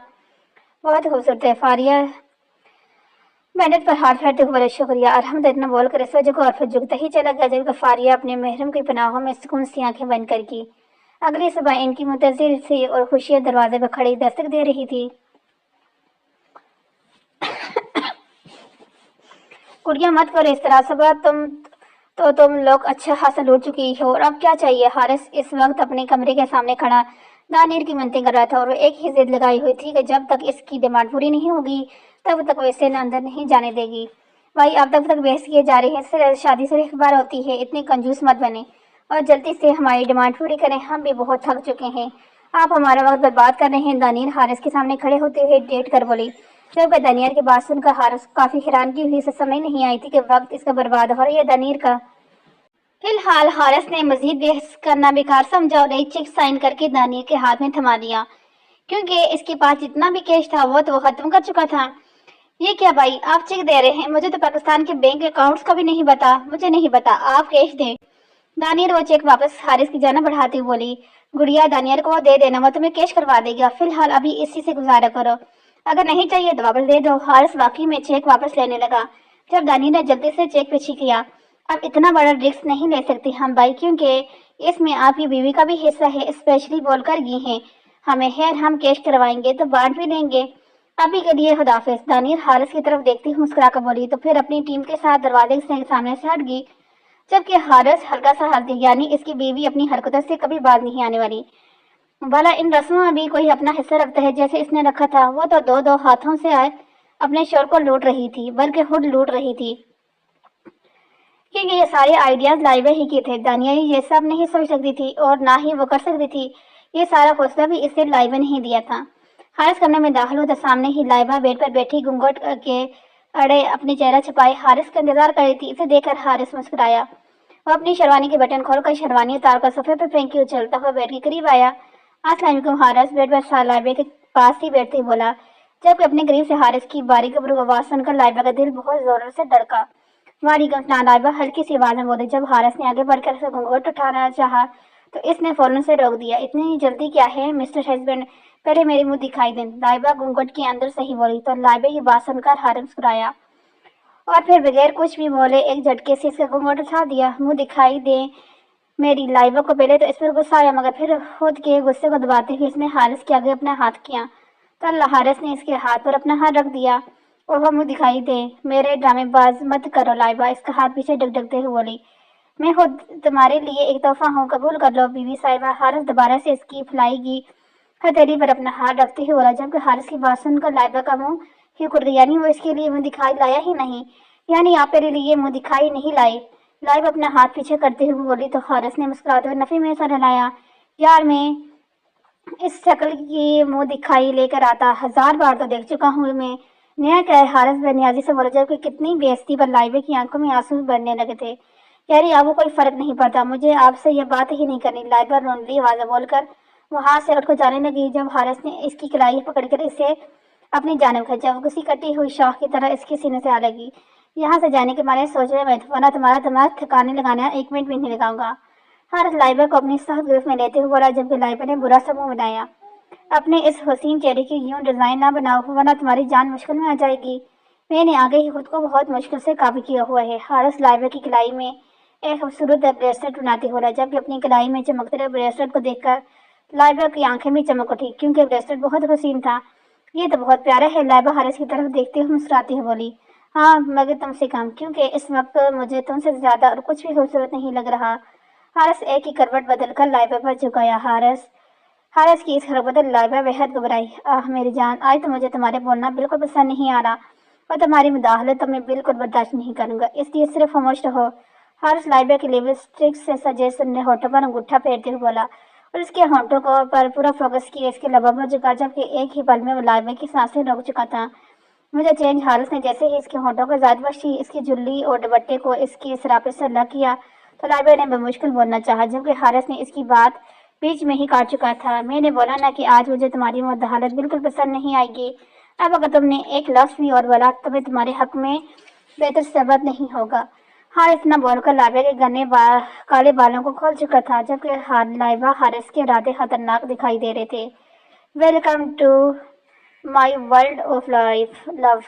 हारिस लाइबा के कान में मीठी सरगोशी करते हुए इसकी सांसों को दोबारा कैद कर चुका था, जबकि लाइबा के पास हाथ जाने के अलावा कोई रास्ता नहीं था। इसलिए अपनी मुजाहमत बंद करते हुए अपना आप हारिस को सौंपी। एक नई सब जिंदगी और एक नई सुबह इन दोनों की मुंतज़िर थी। आज अरहम हारिस और इनकी बचपन की मोहब्बतें मिल चुकी थी। इनके दिली अजीज मोहब्बत जिसे इन्होंने बचपन से चाहा था, आज वो इन दोनों की निकाह में थी। सर आपकी गाड़ी आ चुकी है, चलें जल्दी, हमें जल्दी निकलना होगा। एक गार्ड एमएनए के कमरे में दाखिल होते हुए, जबकि एमएनए जो तब से मुसलसल कमरे में दाएं बाएं चक्कर लगा रहा था कि कब इसकी गाड़ी आए, कब वो यहाँ से निकले ताकि वो जेल जाने से बच जाए। इस गाड़ी की बात सुनते ही तेजी से कमरे से निकला। एमएनए के कुछ लोगों ने इसके लिए एक अलग गाड़ी का इंतजाम करवाया था, क्योंकि एमएनए की गाड़ी को हर कोई पहचानता था और अपनी गाड़ी में यहाँ से फरार होना इसके लिए नामुमकिन था। एमएनए अपने कुछ गार्ड्स के साथ तेज कदम लेता बाहर की जाने बढ़ रहा था।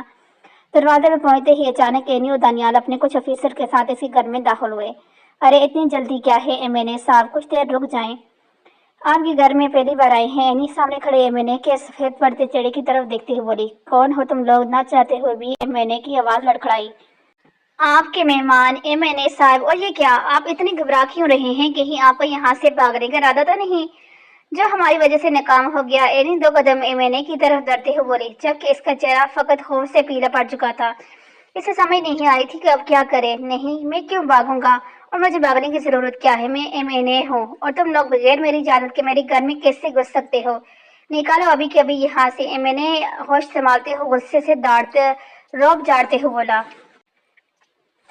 पहली बात, आप भागेंगे इसलिए क्योंकि आपके सारे करतूत कानून के सामने आ चुके हैं, और दूसरी बात, आप हमारे पास आपको लीगल अरेस्ट वारंट है। आपको अभी अमन से अभी गिरफ्तारी देनी पड़ेगी, वरना हमें अपने तरीके भी आजमाना आता है। दानियाल एमएनए की तरफ बढ़ते कदम बढ़ाते हुए सख्त लहजे लगा, जबकि एमएनए के चेहरे पर होश साफ दिखाई दे रहा था। तुम लोग मुझे इस तरह गिरफ्तार नहीं कर सकते, मुझे गिरफ्तारी के कोई नोट्स नहीं आया। एमएनए कुछ कदम पीछे बढ़ते हुए बोला, अरे एमएनए साहब, जितने जुर्म आपने किए हैं ना, इसकी सजा तो शायद फांसी भी हो तो कम है, और आप ये सोच रहे हैं कि आपको गिरफ्तारी को नोट्स आएगा। मुझे तो लगता है कि सियासतदान काफी दिमाग वाले होते हैं, मगर आपकी बात सुनकर तो लग रहा है जैसे आपके पास दिमाग मौजूद ही नहीं। एनी अपनी ऑफिसर को इशारा करते हुए बोली, अगले ही लम्हे ऑफिसर एमएनए का अरेस्ट वारंट निकाल कर एनी की तरफ बढ़ाया। ये रहा आपका अरेस्ट वारंट, जो कानून के पास क्या है? एनी ने इसे खोल के एमएनए के चेहरे के सामने लहराते बोला, अरेस्ट करो इसे और इसकी गार्ड्स को भी। एनी एमएनए को और कुछ भी बोलने का मौका दिए बगैर अपने खड़े 10 से 12 ऑफिसर को हुक्म पेश किया, जो जल्दी से आगे बढ़े, बल्कि एमएनए और इसके गार्ड्स का भी हाथ पैर मार रहे थे खुद की रिहाई के लिए, मगर इनके सामने खड़े मजबूत ऑफिसर के लिए इन जैसे चीजों को काबू करना हाथ का खेल था। इसलिए वो इन सब के हाथों में हथकड़ियां पहनाकर इनके चेहरे पर किसी कपड़े से डाम कर वहां से लेके जा चुके थे। किसी को मालूम नहीं होना चाहिए कि एमएनए गिरफ्तार हो चुका है, बल्कि हर तरफ ये खबर फैला दो कि एमएनए पाकिस्तान से फरार होकर दूसरे मुल्क जा चुका है। एनी दानियाल और दानिश की तरफ देखते हुए बोली,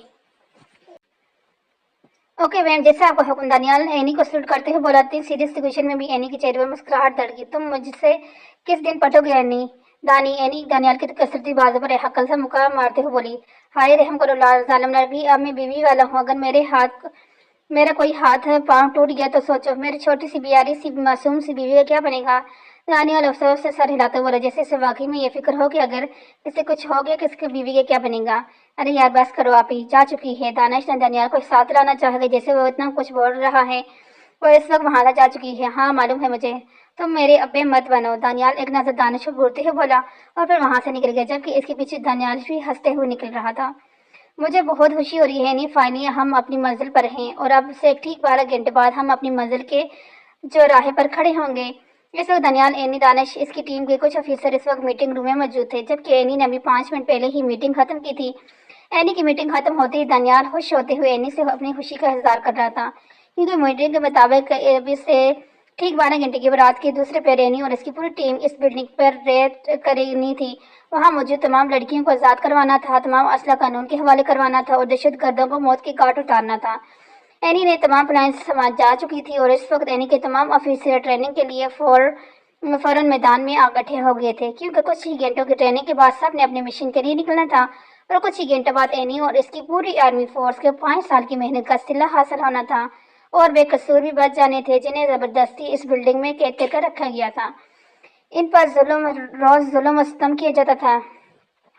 اب انکل کو اطلاع دینی ہے، بس کہو تو میں فون کر کے کر دوں۔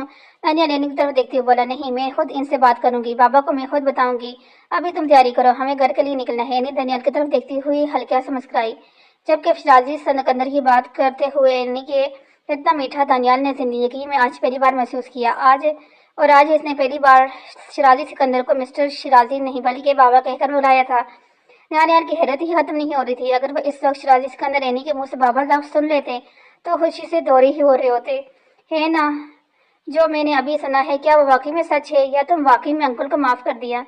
دانیال حیرت کے اس کی طرف دیکھتے ہوئے بولا، ہاں دانی، میں نے سب کو معاف کر دیا اور میں نہیں چاہتی میری آنے والی زندگی میں کسی بھی قسم کی کوئی بھی غلطی اپنے دل میں رکھوں۔ اینی اپنے کچھ ضروری سامان ٹیبل سے اٹھاتے ہوئے بولی، جبکہ اینی کے سب کی طرف سے صاف ہوتا دل دیکھ کر دانیال بے تحاشا خوش ہوا۔ آخر اینی نے بھی اپنی اگلی زندگی کے بارے میں سوچ ہی لیا، شاید وہ بھی ذرحان کے ساتھ اپنی خوشحال زندگی جینا چاہتی تھی، اس لیے اس نے اپنے باپ کی ہر غلطی کو معاف کر دیا۔ چلو اب صبح کے 5 بج رہے ہیں، اب ہمیں نکلنا ہوگا، کیونکہ حویلی پہنچتے ہوئے بھی 2 سے 3 گھنٹے تو لگ ہی جائیں گے۔ اینی دانیال کی طرف دیکھتی ہوئے بولی، کیونکہ ان کی ساری رات یہیں آفس میں گزر گئی تھی اور اب صبح کے اجالے آہستہ سا ہر طرف پھیلنے کو تیار تھے۔ اینی چاہتی تھی کہ دانیال اور دانش بھی کچھ دیر آرام کر لیں، کیونکہ شام کے 6 بجے انہیں اپنے مشن کے لیے نکلنا تھا اور چاہتی تھی کہ اس کے تمام آفیسر، اس کی ساری ٹیم بالکل فریش دکھائی دے تاکہ سب حاضر دماغی سے کام کر سکیں۔ اینی میں پڑنے والی روشنی سے آنکھوں میں پڑنے والی روشنی سے لائبہ کی آنکھ کھلی تھی۔ اس نے آہستہ سے آنکھیں کھول کر ایک نظر کمرے میں چاروں طرف گھمائی، نظر کمرے کے سامان سے ہوتی ہوئی حارث کے دلکش چہرے پر جا کر ٹھہری، جیسے خود میں کسی تکیے کی طرح دبوچے گہری نیند سو رہا تھا۔ چہرے پر ہلکی سی مسکراہٹ تھی جو اس کے اندر کے حال کو بیان کر رہی تھی۔ آہستہ سا لائبہ کے ذہن میں رات کے تمام منظر گھومنے لگے، وہ سب یاد آتے ہی لائبہ کان کے لہو تک سر پڑ گئی۔ اس نے بے اختیار حارث کی پناہوں سے نکلنے کی کوشش کی، جبکہ اس کی سخت گرفت کو ذرا سا بھی نہیں ہلا سکی۔ یہ حارث کی نیند تھی یا لائبہ کے دور جانے کی خیال، جو اگلے ہی پل حارث کی آنکھ کھل چکی تھی، مگر لائبہ کو خود کے وجود سے الگ کرنے کی جدوجہد کرتے دیکھ ہلکا سے مسکرایا اور پھر جھٹکا دے کر اسے اپنے قریب در کر لیا، جبکہ حارث کی اچانک اس حرکت پر لائبہ سختی سے آنکھیں میچ گئی۔ کیا تمہیں سکون سے نہیں سو سکتی؟ کیوں نہیں سکون سے؟ حارث لائبہ کو گھورتے مستی گری سے نوازتے ہوئے بولا، تو لائبہ نے آہستہ سے اپنی آنکھیں کھول کر حارث کی طرف دیکھا۔ بہت قریب ہونے کی وجہ سے تو وہ حارث کو صحیح طرح دیکھ بھی نہیں پا رہی تھی، جبکہ حارث سے نظریں ملانا لائبہ کے بس سے باہر تھا۔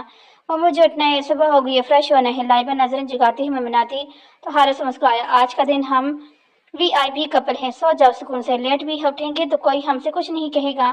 حارث اسے زبردستی اپنی سینے سے لگاتے ہوئے دوبارہ آنکھیں موند گیا، جبکہ لائبہ نے بھرپور مزاحمت کرتے ہوئے اسے پیچھے کیا، کیونکہ پہلے ہی صبح کے 9 بجنے کو تھے اور ابھی بھی وہ نوابزادے بول رہے تھے کہ سو جاؤ۔ آپ کا دماغ درست ہے، صبح کے 9 بجنے لگے ہیں اور ابھی بھی آپ بول رہے ہیں کہ سو جاؤ، تھوڑا مجھے۔ لائبہ اس کا سر توڑ کر فوراً بیڈ سے اٹھی، یہ کیا بدتمیزی ہے لائبہ، واپس آؤ۔ حارث نے لائبہ کو گھورا، جبکہ لائبہ موقع پاتے ہی بھاگ کر واش روم میں بند ہو چکی تھی۔ حارث نے واش روم کے دروازے کو گھورتے ہوئے نظر گھما کر گھڑی کی جانب دیکھا، جو اگلے 15 منٹ میں 9 بجانے کو تھی۔ گھڑی کو دیکھ کر اس کی پوری آنکھ کھل گئی، یعنی وہ اتنی دیر تک سوتا رہا، یعنی اس وقت حویلی کے تمام افراد ناشتے کے ٹیبل پر موجود ہوں گے۔ حارث خود پر سے کمرہ ہٹایا تو پھینکتا ہوا فوراً اٹھ کھڑا ہوا اور چینجنگ روم کی طرف بھاگا۔ اب اسے سمجھ آ رہا تھا کہ لائبہ کا یہ ری ایکشن بالکل درست تھا۔ اگر لائبہ حارث سے مزاحمت نہ کر کے نہ اٹھتی تو حارث نے دوبارہ سو جانا تھا۔ ارحم کی آنکھ کھلی تو اس نے اپنے سینے پر تھوڑا سا بوجھ محسوس ہوا۔ ارحم نے پوری آنکھیں کھولتے ہوئے فاری کی طرف دیکھا تو اس کے سینے پر سر رکھ مزے سے سو رہی تھی۔ فاری کو دیکھتے ہی ارحم کے ہونٹوں پر زندگی بھر سے مسکراہٹ رنگ گئی۔ اس نے نرمی سے فاری کا سر اپنے سینے پر اٹھا کر اپنی بازو پر رکھا اور تھوڑا سا اٹھ کر بے غور فاری کے چہرے کی طرف دیکھنے لگا۔ اس کے چہرے پر گردن اس کی شدتوں کا صاف نشان دکھائی دے رہا تھا۔ رات بھر اس نے فاری کو اچھے سے باور کروا دیا تھا کہ اپنی شدتوں کے معاملے میں کیسا ہے۔ فاری کو دیکھتے ہی ارحم دوبارہ سے اپنے ہوش ہونے لگا، نرمی سے جگا اور اپنے دیے گئے نشانہ پر نرمی سے لمس چھوڑ گیا، جبکہ ارحم کی داڑھی کی چبھن پر فاریہ ہلکا سے گسمگائی۔ مت کریں، سونے دیں مجھے، آپ نے اگر ساری رات سونے نہیں دیا، فاریہ نیند میں ہی بڑبڑائی، جبکہ اس کی بڑبڑاہٹ سن کر ارحم کے ہونٹوں تلے خوبصورت مسکراہٹ رنگی۔ میں نے نہیں سونے دیا، تم خود سونا نہیں چاہتی تھی، ارحم فاریہ کے کان میں سرگوشی کرتے ہوئے بولا، جبکہ فاریہ نے فٹ سے آنکھیں کھولی، ارحم کی طرف دیکھا، مگر اس کی آنکھوں میں دیکھنے کی ہمت بالکل نہیں تھی، اس لیے فوراً ہی نظریں جھکا گئی۔ میں نے کچھ نہیں کیا، جو بھی کیا ہے آپ نے کیا۔ فاریہ کو برا لگا ارحم کی اس طرح الزام لگانے پر۔ تم نے میرے ہوش اڑا دیے، اور تم کہہ رہی ہو تم نے کچھ نہیں کیا۔ اگر تم اتنی ہی ہوش ربا بن کر میرے سامنے نہ آتی یقیناً میں تب بھی بہت کچھ کر گزرتا۔ تم میری بیوی ہو اور اپنی محبت کو محسوس کرنے کا حق رکھتا ہوں، اور اب ہمیشہ اپنی محبت کو یوں ہی محسوس کروں گا۔ فی الحال اپنی نیندیں خود پر حرام کر دو۔ ارحم اس کے چہرے پر جا بجا بھیگے دم چھوڑتے ہوئے بولا، جبکہ فاریہ شرم و حیا سے سر پڑ چکی تھی۔ نئی زندگی کی پہلی صبح بہت بہت مبارک ہو میری جان۔ ارحم ایسی پیشانی کو اپنے بے قرار لبوں سے چومتے ہوئے بولا، جبکہ ارحم کی بات اور فاریہ کے چہرے پر ایک شرمیلی سی مسکراہٹ رقص کر رہی تھی۔ آپ کو بھی، فاریہ نے بول کر فوراً ہی اپنا چہرہ ارحم کے سینے میں چھپایا، کیونکہ اس وقت اس کی پناہ گاہ بھی ارحم تھا اور اس کی بچنا بھی ارحم ہی تھا۔ تقریباً جہاں تم اس طرح میرے گلے لگ کر مجھے بہکا رہی ہو، صبح صبح اگر میں بہک گیا تو تمہاری اس طرح کمرے سے نکلنا ناممکن ہو جائے گا۔ فی الحال 9 بج رہے ہیں، جلدی سے اٹھیں، ہمیں تیار ہو کر نیچے جانا ہے۔ ارحم فاریہ کو خود میں بھیجے ہو بولا، آپ مجھے چھوڑیں گے تو میں اٹھوں گی نا۔ فاریہ ارحم کے سینے پر دونوں ہاتھ رکھ کے اسے پیچھے کرتے ہوئے ہلنے کی کوشش کرنے لگی۔ اوکے، ہٹ جاؤں گا پیچھے، مگر اس سے پہلے مجھے اس حسین صبر سے لطف اندوز ہونے دو۔ ارحم کی بات سن کر فاریہ کو اسے بالکل سمجھ نہیں، مگر ایک ہی لمحے ارحم اسے بہت کچھ اچھے سے سمجھا چکا تھا۔ اس کے گلابی لبوں پر اپنے لب رکھ اس کی سانسیں قید کر کے اس کی سانسوں سے اٹھنے والی خوشبو کو اپنے اندر بساتے ہوئے ارحم کسی اور ہی جہاں میں بس پہنچ چکا تھا، جب کمرے کے دروازے پر دستک ہوئی۔ ارحم جانتا تھا کہ دروازے کے اس پار کون ہے، اس لیے نرمی سے فاریہ سے پیچھے ہٹا، مگر ایسے اپنی گیز سے اظہار نہیں کیا۔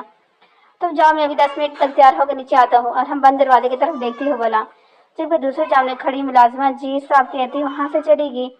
ارحم نے دروازے سے نظر ہٹا کر فاریہ کی طرف دیکھا، جس کا چہرہ سرخ پڑ چکا تھا، جبکہ ارحم کو اتنی نزدیکی سے فاریہ کے چہرے کے بدلتے رنگ بہت خوبصورت لگ رہے تھے، کیونکہ یہ رنگ اس کی محبت کے تھے، اس کی قربت کے تھے، جسے دیکھ کر وہ دوبارہ سے بہکنے کو تیار تھا، مگر اب وہ بہک نہیں سکتا تھا، ورنہ بہت دیر ہو جانی تھی۔ وہ نیچے سب لوگ ان کا انتظار کر رہے تھے۔ پیچھے ہٹے، مجھے بھی تیاری ہونے ہے، فاریہ مزاحمت کرتے ہوئے بولی۔ جسٹ ون مور، ارحم فاریہ کی طرف دیکھتے ہوئے بولا، اور پھر بغیر فاریہ کو کچھ بھی سمجھنے کا موقع دیے اس کے لمحوں پر دوبارہ جھکا اور خود کو سراب کرنے لگا، جبکہ فاریہ کے پاس اب ارحم کے حوالے کرنے کے علاوہ کوئی چارہ نہیں تھے۔ اپنی آنکھیں بند کرتی خود کو ارحم کے سپرد کر دی۔ میں فریش ہو کر باہر نکلی سے حارث پورے کمرے میں کہیں بھی دکھائی نہیں دیا۔ جب اس کی نظر ڈریسنگ روم کے بند دروازے پڑی تو وہ سمجھ گئی یقیناً وہ چینج کر رہا ہوگا۔ لائبہ جلدی سے ڈریسنگ ٹیبل کے سامنے آ کر کھڑی ہوئی اور اپنے گیلے بال سکھانے لگی۔ بال ڈرائی کرنے کے بعد ہلکا پھلکا میک اپ کیا اور ہلکی سی جویلری پہن کر ایک آخری نظر خود کو آئینے میں دیکھا، تب ہی ڈریسنگ روم کا دروازہ کھلا اور حارث باہر نکلا، مگر سامنے ہی لائبہ کو بالکل تیار کھڑا دیکھ کر اس کے قدم وہیں رک گئے۔ وہ اس وقت مہرون رنگ کے جوڑے میں ملوث تھی، چہرے پر ہلکا میک اپ تھا، جبکہ ہونٹوں پر پنک لپسٹک تھی، گیلے بال پر فرش پر کھلے چھوڑے ہوئے تھے۔ صرف اتنی سی تیاری میں وہ بھی حارث کے ہوش صبح صبح ٹھکانے لگانے کی صلاحیت رکھتی تھی۔ ابھی لائبہ خود کو آئینے میں دیکھ رہی تھی جب اسے اپنی کمر پر کسی کے ہاتھوں کا لمس محسوس ہوا، اور اگلے لمحے وہ حارث کی سخت گرفت میں موجود تھی۔ بہت بدتمیز لڑکی ہو، میں تو چاہتا تھا کہ صبح صبح اٹھ کر تمہارے چہرے پر اپنی قربتوں کی، اپنی شدتوں کے رنگ دیکھوں، مگر تم تو پہلے ہی بھاگ نکلی۔ حارث لائبہ کے خوبصورت سراپے کو نظروں کے راستے دل میں اتارتے ہوئے بولا، جبکہ لائبہ سرخنگار ہوتی اپنا چہرہ جھکا چکی تھی۔ کل تک تو وہ حارث کو بہت آرام سے کوئی بھی جواب دے دیتی تھی، مگر اب حارث سے نظریں ملانا لائبہ کے لیے بےحد مشکل تھا۔ حارث نے غور سے لائبہ کے سرخ ہوتے چہرے کو دیکھا، جس کے چہرے پر اس کی قربت کے تمام رنگ دکھائی دے رہے تھے۔ لائبہ کے خوبصورت چہرے کو دیکھتے ہی حارث کی آنکھوں میں خمار سا اترنے لگا۔ हारिस लेट अभी लाइबा के बात मुकम्मल करते ही हारिस इसके रखते हुए लबों को अपना पूरा फोकस रखते हुए इसकी सांसों को कैद कर गया, जबकि हारिस की इतनी शिद्दत लाइबा इसकी कुर्तों को सख्ती से अपनी मुट्ठी में दबा चुकी थी। लाइबा को सांसों को बीते हुए हारिस मुकम्मल मदहोश हो चुका था, जबकि लाइबा को अपनी सांसें रुकती हुई महसूस हो रही थी। लाइबा की मज़ामत करने पर भी हारिस अपने एक हाथ की साथ गिरफ्त में लेते हुए इसकी कमरे में पीछे लगा चुका था, जबकि लाइबा इसकी इतनी साथ पकड़ में मुकम्मल बेबस हो चुकी थी। इससे पहले कि लाइबा की सांसें मुकम्मल बंद हो जाती, कमरे का दरवाज़ा बजा। जब तीसरी बार दरवाज़ा बजा तो हारिस बदमज़ा होता हुआ पीछे हटा। इसे इस वक्त लाइबा और अपने दरमियान किसी की मुदाखलत पसंद नहीं थी। कौन है? हारिस बंद दरवाजे को देखते हुए बोला, जबकि लाइबा को अपने हिसार से आज़ाद नहीं किया था।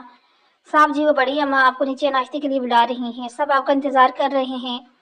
दरवाजे की दूसरी जानब मुलाजिम बोली, ठीक है तुम जाओ, हम बस आ रहे हैं।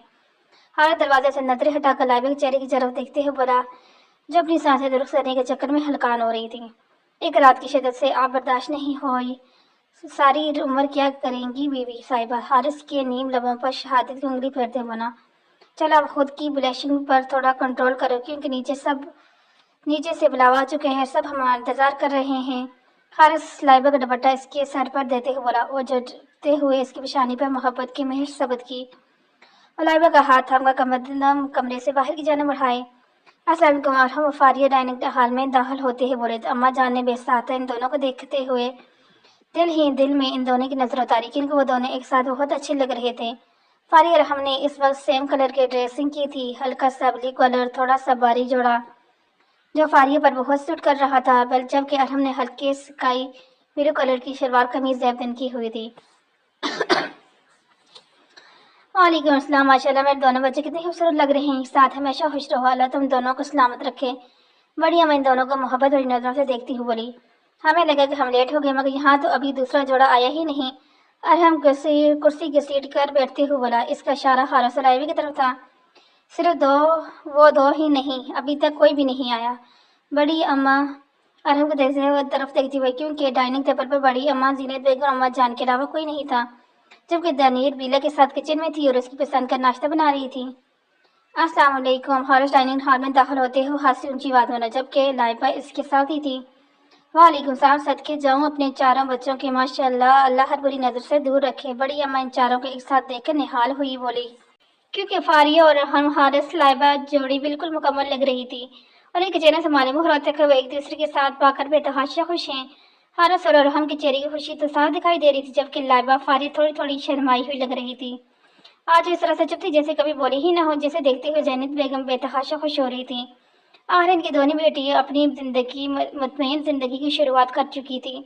अब इनकी सिर्फ एक ही दुआ थी, खुदा इनका साथ हमेशा बनाए रखे और इनका दामन खुशियों से भर दे। चाचा जान के मैं अंदर आ सकता हूँ? फरहान शहजादी सिकंदर के कमरे के खुले दरवाजे को हल्का सा नाप करते हुए बोले, हाँ बेटा आओ। इसमें पूछने वाली क्या बात है? शहजादी सिकंदर मुस्कुराते हुए बोले, तो फरहान हल्का सा मुस्कुराकर कमरे में दाखिल हुआ। कैसी तबीयत आपकी चाचा जान? फरहान सोफे पर बैठते हुए बोला, जिसके इतने बुलंद हौसले बच्चे हों वो कैसे बीमार पड़ सकते हैं? शहजादी सिकंदर इसके सामने सफर में बैठते बोला, जी। फरहान ने मुस्कुराते हुए इसके बात का इतराफ किया। चाचा मुझे आपसे ज़रूरी बात करनी थी। फरहान शहजादी सिकंदर की तरफ देखते बोला, मुझे मालूम है बेटा कि तुम क्या बात करनी है। शहजादी सिकंदर इस अंदाज में बोले जैसे वो पहले ही जानते हों कि फरहान क्या बात करने वाला है। जब आप जानते हैं फिर मुझे बता दें कि आप क्या करने के बारे में सोच रहे हैं। ना तो आपने अभी तक इससे बात की है, ना ही इसे हमारे वलीमे के बारे में बताया है। फरहान कलेजा अब थोड़ा संजीदा था। मैं इनसे वक्त के वक्त बात करना चाहता था। खैर आज वो घर आ जाएगी तो मैं पूरा इरादा रखता हूँ कि मैं आज ही इस बारे में इत्तला दे दूँ। शहजादी सिकंदर रिलैक्स अंदाज में बोले, जैसे इनके लिए ये बात इतनी बड़ी ना हो। चाचा जान बुरा मत मानिएगा, मगर मुझे ये सब मुनासिब नहीं लग रहा। तो आप इन्हीं से पहले ही मशवरा कर लेना चाहिए, या फिर आप इसकी इजाज़त से ये फैसला लेना चाहिए था। मुझे डर है अगर अब आप इस पर अपना फैसला मुसलत करते हैं तो हो सकता है वो सिर्फ आपसे नहीं बल्कि हम सब से बदगुमान हो जाए, चूँकि हम सब ने ही इससे ये बात छुपाई है। फरहान ने अपनी पेशानी जाहिर की, और हो सकता है कि वलीमे के लिए इनकार कर दे। फिर आप क्या करेंगे? अगर इसने इनकार कर दिया तो?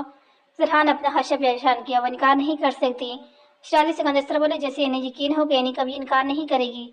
आप इतनी मुतमईन तरीके से कैसे कह सकते हैं कि वो इनकार नहीं करेगी? फरहान अब इनकी बातों में उलझने लगा। इस वलीमे के लिए हर सूरत मानना ही पड़ेगा, वरना मैं बीला को वापस इटली भेज दूंगा। या तो इस वलीमे की रिहा करनी होगी या फिर यह इनकार करके पीला को कहना पड़ेगा। शराजी सिकंदर ने बड़ी सफाई से जरहान के सर पर बम फोड़ा था। ये क्या कह रहे हैं चाचा जान, वो तो मासूम सी बच्ची है, सब में इसका क्या कसूर है। जरहान तो तड़प ही उठा था इनकी बात सुनकर। मैं इस बच्ची को कोई नुकसान नहीं पहुंचा रहा। शराजी सिकंदर इसकी तरफ देखते हुए बोले। दानियाल और एनी एक साथ ही हवेली में दाखिल हुए थे। इस वक्त हवेली में मौजूद मेहमान आ जा चुके थे, क्योंकि सब ने वलीमे वाले दिन डायरेक्ट हाल में ही आ जाना था। अब मामूल के मुताबिक हवेली में मुलाजमों की चहल पहल थी, मगर हवेली का कोई भी फर्द एनी के लाउंज में नहीं दिखाई दिया। दानिया, तुम जाकर अपने कमरे में कुछ देर आराम करो, मैं इन्हें इत्तला दे दूं और तमाम सूरत हाल से आगाह कर दूं। एनी दानियाल की तरफ देखती हुई बोली, आराम नहीं है, फ्रेश होकर वापस नीचे आ रहा हूँ, क्योंकि अभी तक तो मैंने नाश्ता ही किए नहीं। तुमने तो लगता है कि हवेली के भी किसी बंदे ने नाश्ता नहीं किया। अभी तो है, तुम अंकल को बता दो, तब तक मैं फ्रेश होकर आता हूँ। दानिया एनी की तरफ देखते हुए बोला। तो एनी ने कदम शराजी सिकंदर के कमरे की तरफ बढ़ाए। वो मेरी बेटी है, मुझे मालूम है कि मुझे इससे कैसे बात बनवानी है। अगर वो मेरी बात नहीं मानेगी तो मैं भी इसे कोई रियायत नहीं देने का इरादा नहीं रखता। एनी को मेरा हुक्म मानना पड़ेगा, वरना इसे बीला को खोना पड़ेगा। अगर मेरा हुक्म नहीं मानेगी तो मैं बीला को वापस इटली भेज दूंगा। शराजी सिकंदर स्पाट अंदाजा मत दे। तुम्हें लग रहा होगा कि ये निकाह जो तुम्हारे एनी के साथ हुआ ये मिशन का हिस्सा था, मगर ऐसा कुछ नहीं था। अपनी बेटी को तुम्हारे सुपुर्द करने के लिए मैंने ये सब करवाया था। एनी को मैंने ये हुक्म दिया था कि वह होरलैन बनकर तुमसे निकाह करे और तुम्हारे घर में रहे, अपनी पहचान छिपाकर। मैं ये चाहता था कि मेरी बेटी खुश रहे और अपने खानदान वालों के दरमियान, रिश्तों के दरमियान जिंदगी बसर करे, और ये तुमसे निकाह करवाए बगैर मुमकिन नहीं था। इसलिए सबसे पहले मैंने एनी का तुमसे निकाह करवाया, इसके बाद एनी को हवेली भेजा। और अब मैं चाहता हूँ वो तुम्हारे साथ रुखसत हो जाए और इस रिश्ते को कबूल कर ले। अगर वैसे नहीं करती तो मुझे दूसरा रास्ता अपनाना पड़ेगा। शराजी सिकंदर तमाम बातें जरहान के सामने खोल दी, जबकि जरहान हैरत से सिर्फ शराजी सिकंदर को देख रहे जा रहे थे। जितना आसान समझ रहे थे इतना आसान नहीं था, मगर एनी इन सब बातों के बारे में जान जाती तो इसका वो यकीन टूट जाता जो शराजी सिकंदर पर इसने किया था। लेकिन फिर भी मैं चाहता हूँ कि बगैर कोई जिद किए मेरी बात मान जाए और इल्म के लिए तैयार हो जाए। मैं इस पर कोई सख्ती। शराजी सिकंदर को बोलते हुए चेहरा उठाकर दरवाजे की तरफ देखा, मगर वहाँ एनी को खड़ा देखकर इनके अल्फाज वहीं दम तोड़ गए। जरहान जो शराजी सिकंदर के चेहरे की तरफ देख रहा था, इन्हें दरवाजे की तरफ देखता पाकर गर्दन मोड़कर दरवाजे की तरफ देखा, जहाँ इन्हीं स्पाट चल लिए शराजी सिकंदर को देख रही थी। इसकी आंखों में बेयकीनी ही बेयकीनी थी, इतनी बेयकीनी कि जरहान को शराजी सिकंदर को साफ दिखाई दे रहा था कि इसकी आंखों में क्या है। यकीनन सब कुछ सुन चुकी है जो अभी शराजी सिकंदर ने बोला था। एनी बेयकीन से अपने बाप की तरफ देख रही थी, फिर से नजर घुमाकर जरहान की तरफ देखा। जरहान को अपने अंदर कुछ टूटता हुआ महसूस है। इसकी आंखों में जो मफहूम था जरहान वो नहीं पढ़ना चाहता था। इसकी आंखों में जरहान के लिए नफरत नजर आने लगी थी। पहले इसकी आंखों में अपने लिए बेयकीनी अब नफरत देखकर जरहान को लग रहा था जैसे इसका दिल किसी ने मुट्ठी में दबोच दिया हो। एनी ने बेख्तियार कदम वापस लेना शुरू किए और उल्टे कदम कमरे से निकल रही थी। फिर वो एकदम से पलटी और वहां से निकलती चली गई। एनी शराजी सिकंदर ने से पुकारते हुए फौरन कदम इसके पीछे बढ़ाए, जबकि जरहान भी इनके पीछे ही था। एनी यहीं पर शराजी सिकंदर इतना ऊंचा बोले कि डाइनिंग हॉल में बैठे तमाम अफराद परेशानी होते उठ खड़े हो लाउंज की तरफ भागे आए थे। बात सुने मेरी। शराजी सिकंदर एनी तक पहुंचे, इसे बाजू पकड़ कर इसको अपनी जानब करते हुए बोले। एनी शराजी सिकंदर के हाथ से अपने बाजू छुड़ाया और दूर दारा कदम हवेली के दरवाजे की जानब बढ़ाए, जबकि शराजी सिकंदर दोबारा इसका हाथ पकड़ चुके थे। तुम्हें सुनाई नहीं दे रहा मैं क्या कह रहा हूँ? तो अगर तुमने एक और कदम भी आगे बढ़ाया तो मुझसे बुरा कोई नहीं होगा। शराजी सिकंदर एनी की तरफ देखते हुए साथ लहजे में बोले, आपसे बुरा है भी कोई? क्या आप अच्छे इंसान हैं? एनी शराजी का बाजू बुरी तरह पीछे चीरते हुए दाढ़ी। तमीज से बात करो एनी, ये क्या तरीके है बात करने का? और अब तुम एक कदम भी हवेली से बाहर नहीं निकालोगी। कल तुम्हारा वलीमा और हाल में तुमने ये करोगी। शराजी सिकंदर एनी की तरफ देखते हुए साथ लहजे में ने क्या कहा? आपने हर हाल में आपका हुक्म मानूंगी। क्या आपने मुझे कोई पुतली समझ रखा है? खिलौना हूँ मैं? एनी फिर से इसी अंदाज वाली। आपने समझ रखा है कि मुझे सब आपकी साजिशें थी यहाँ मुझे पाकिस्तान लाने के लिए। आपने साजिश की, मेरे साथ इतना बड़ा खेल खेला, ज़बरदस्ती मेरे निकाह करवाया, ज़बरदस्ती अपने खानदान में मुझे लेकर आए, इनके हाथों मुझे जलील करवाया, मेरी तस्लील कराई। यानी अपना सुर चेहरा अंगार होती आंखों से शराजी सिकंदर को देखते हुए बोली थी, आप एक बाप होकर अपनी ही बेटी के साथ साजिशें कर रहे थे। कभी बाप का फर्ज निभाया भी है आपने? बाप बनकर हमेशा मुझे हुक्म दिए हैं और गुलामों की तरह मैंने हमेशा कबूल किए हैं। इसका मतलब हरगिज़ नहीं कि आप मेरी ज़िंदगी का कोई भी फैसला करेंगे। आपने क्या सोचा ये बोला कि आप बीला को मुझसे दूर कर देंगे? आपको किसने हक दिया आप मेरे और बीला के दरमियान आए? एनी जिस अंदाज में दाड़ रही थी इस वक्त कोई जख्मी शेरनी मालूम हो रही थी, जबकि हवेली के तमाम अफराद वहाँ मौजूद खड़े एनी का ये रूप देख रहे थे, जिसमें कहीं भी नरमी या कोई अपनाई दिखाई नहीं दे रही थी। एनी, मैं बीला को तुमसे दूर नहीं कर रहा, बस मेरी बात। क्या बात? आपकी कोई भी सफाई देना चाहते हैं? آپ ایک بار ہی مجھے بتا کیوں نہیں دیتے کہ آپ کو مجھ سے چاہیے کیا؟ آپ چاہتے کیا ہیں؟ جتنی زندگی میں نے آپ کی تلخ جی لی گزاری ہے، اگر میرے بس میں چلتا تو میں خود کو آپ کی نظروں کے سامنے سے غائب کر دیتی، مگر میرے بس میں نہیں تھا۔ آج آپ میری زندگی کی فیصلہ سنا رہے ہیں، کس بنا پر؟ آپ یہ کہہ رہے ہیں کہ کیا آپ نے کبھی باپ ہونے کا احساس دلایا؟ کیا آپ نے کبھی مجھے بتایا کہ باپ کی شفقت اور باپ کی محبت کیا ہوتی ہے؟ نہیں مسٹر شیرازی، آپ نے مجھے کبھی اپنی اولاد سمجھا ہی نہیں۔ میں تو ہمیشہ ایک بوجھ تھی جو میرے باپ کے سر پر مسلط کی گئی تھی۔ اینی کے زیر الفاظ شیرازی سکندر کو خاموش کر گئے تھے۔ ایک باپ کے ہوتے ہوئے یتیموں کی طرح زندگی گزاری، میں نے یتیموں کی طرح رہی ہوں۔ میں رات کی تاریکی میں رو رو کے پکارا تھا اپنے باپ کو، جس نے مجھے کسی لوارث کی طرح چھوڑ کر اپنا راستہ بدل لیا۔ کیا دے سکتے ہیں آپ مجھے ان راتوں کا حساب؟ کیا آپ دے سکتے ہیں میری گزری ایک زندگی کا حساب جو اپنے ہی باپ کی محبت اور توجہ کے لیے ترس ترس کے گزاری؟ اینی آج جیسے پھوٹ پڑی تھی، 23 سالوں کا غبار آج نکل رہی تھی۔ جب شہزادی سکندر نے اپنا چہرہ جھکا لیا، وہ اپنے حق پر تھے جو وہ بول رہی تھی، اس کا ایک ایک لفظ سچ تھا۔ آپ نے ہمیشہ مجھے محبت سے محروم رکھا، آج جب میری زندگی ایک 4 سالہ بچی پر ختم ہوتی ہے تو آپ نے مجھ سے آخری سہارا بھی چھیننا چاہا۔ آپ کو ترس نہیں آیا مجھ پر؟ کیا آپ کے دل میں رحم نہیں آیا؟ کیا اس وقت آپ کو مظلوم نہیں لگی جس وقت آپ نے مجھ سے میرا آخری سہارا چھیننے کی بات کی؟ بولتے ہوئے اینی کی آواز لڑکھڑائی تھی، جبکہ اس کی سبز آنکھوں میں نیمی چمکی تھی۔ اس کے لہجے میں بے بسی تھی، ہار جانے والی بے بسی، یقین ٹوٹ جانے والی بے بسی۔ اینی میری بچی، سائمہ بیگم نے آگے بڑھ کر اینی کو تھامنا چاہا جب وہ انہیں ہاتھ کے اشارے سے وہیں پر روک چکی تھی۔ مجھے آپ جواب دیں، مجھے آج بتائیں کہ آخر میں نے آپ کا کیا بگاڑا ہے؟ اگر آپ مجھے نہیں جھیل سکتے تھے تو مجھے کسی دارالمان میں کیوں نہیں پھینک دیا؟ اگر وہاں نہیں پھینک سکتے تھے تو کہیں کچرے کے ڈھیر میں ہی پھینک دیتے، کوئی سانسیں لیتی اور مر جاتی۔ مگر اتنے سال اپنی بے رخی اور تنہائی دکھا کر آپ نے مجھے کیا ثابت کیا مجھ پر؟ کیا آپ کی زندگی میں آنا میرا قصور تھا یا مجھے پیدا کرنا میری ماں کا قصور تھا جو مجھے پیدا کر کے مر گئی؟ اور اگر آپ کی برداشت تو میں نہیں تھی تو آپ اپنے ہاتھوں سے مجھے مار دیتے۔ اینی بول تو رہی تھی مگر اس کے الفاظوں نے سب کو تڑپا کر رکھ دیا تھا۔ ایسا مت کہو اینی، شیرازی سکندر صرف اتنا ہی بول سکے تھے کیونکہ آگے ان کی آواز کہیں دب سی گئی تھی۔ اینی کے سوالوں کا ایک بھی جواب شیرازی سکندر کے پاس موجود نہیں تھا۔ اتنی جلدی ہار کیوں مان رہے ہیں؟ ابھی تو آپ کو میری گزری ہوئی زندگی کے بارے میں بھی بہت کچھ جاننا ہے اور آج میں چاہتی ہوں کہ آپ ہر بات سنیں۔ اینی 2 قدم فاصلہ مٹا کر شیرازی سکندر کے قریب ہوتے ہوئے بولی۔ جب کچھ فاصلے پر کھڑے زرحان کا جی چاہ رکھ تھے کہ اینی کو اپنے سینے میں کہیں چھپا لے۔ اس کی اتنی باتیں سن کر زرحان کو عجیب سا محسوس ہو رہا تھا، اس کے دل کو کچھ ہو رہا تھا۔ میں آگے بڑھ کر اپنے متاع جان کو تھام نہیں سکتا تھا کیونکہ ابھی وہ اپنے باپ کے سامنے کھڑی تھی۔ آج مجھے پتھر دل انسان کہنے کی صف میں پہلے نمبر پر آپ کھڑے ہوتے ہیں کیونکہ آپ کہتے ہیں کہ میں پتھر لڑکی ہوں، میرا دل پتھر کا ہے۔ آپ جانتے ہیں کہ میرا دل پتھر کا کیسے بنا؟ مجھے اتنا سخت کس نے بنایا؟ اینی شیرازی سکندر کے روبرو کھڑے ہوئے سوال پوچھ رہی تھی۔ آپ کیسے جان سکتے ہیں؟ آپ تو تنہائی چاہتے تھی نا؟ اس دن جب میں آپ کو ایک 7 سالہ بچی پر اپنا غصہ نکال کر اسے اپنے کمرے سے باہر پھینک کر غصے سے اس گھر سے نکلے تھے تاکہ آپ اس بچی سے بہت دور جا سکیں جہاں پر نہ آپ اسے محسوس کر سکیں، اس کی آواز نہ سن سکیں۔ آپ جانتے ہیں آپ کو جانے کے بعد کیا ہوا تھا؟ آپ کے اپنے دشمن جو آپ کی طاق رکھے بیٹھے تھے وہ یہ سوچ کر آپ کی بیٹی کو نوچنے آئے تھے کہ شاید آپ کی بیٹی آپ کو جان سے عزیز ہوگی، مگر انہیں نہیں پتا تھا کہ وہ وجود جو بالکل بے مول ہے، جس کی کوئی اوقات نہیں، وہ لوگ اسے نوچنے آئے ہیں۔ کیا آپ نے کبھی غور کیا میرے چہرے پر، میرے جسم پر، میرے بازو میں کیسے نشان تھے؟ نہیں کیا یقین؟ کیونکہ آپ نے تو کبھی میرے طرف نظر بھر کر دیکھا بھی نہیں۔ اینی بات شیرازی سکندر کی طرف کر اینی کی طرف دیکھا۔ کیا ہوا تھا اس رات؟ وہ سوچ بھی رہا بھی نہیں سکتے جاتے تھے کیونکہ جو الفاظ اینی بول رہی تھی وہ اس کے لیے ناقابل برداشت تھے، جبکہ وہاں گھر ہے باقی افراد کا بھی کچھ یہی حال تھا۔ آپ کو پتا تھا نا کہ آپ کے ہزاروں دشمن ہیں، آپ کو یہ بھی معلوم تھا کہ آپ کی ایک بیٹی بھی ہے اور آپ نے اس کی حفاظت کے لیے اتنے بڑے گھر میں ایک فرد کو نہیں چھوڑا۔ آپ کے دل میں میرے لیے اتنی نفرت تھی، آپ نے ایک بار بھی میرے بارے میں نہیں سوچا۔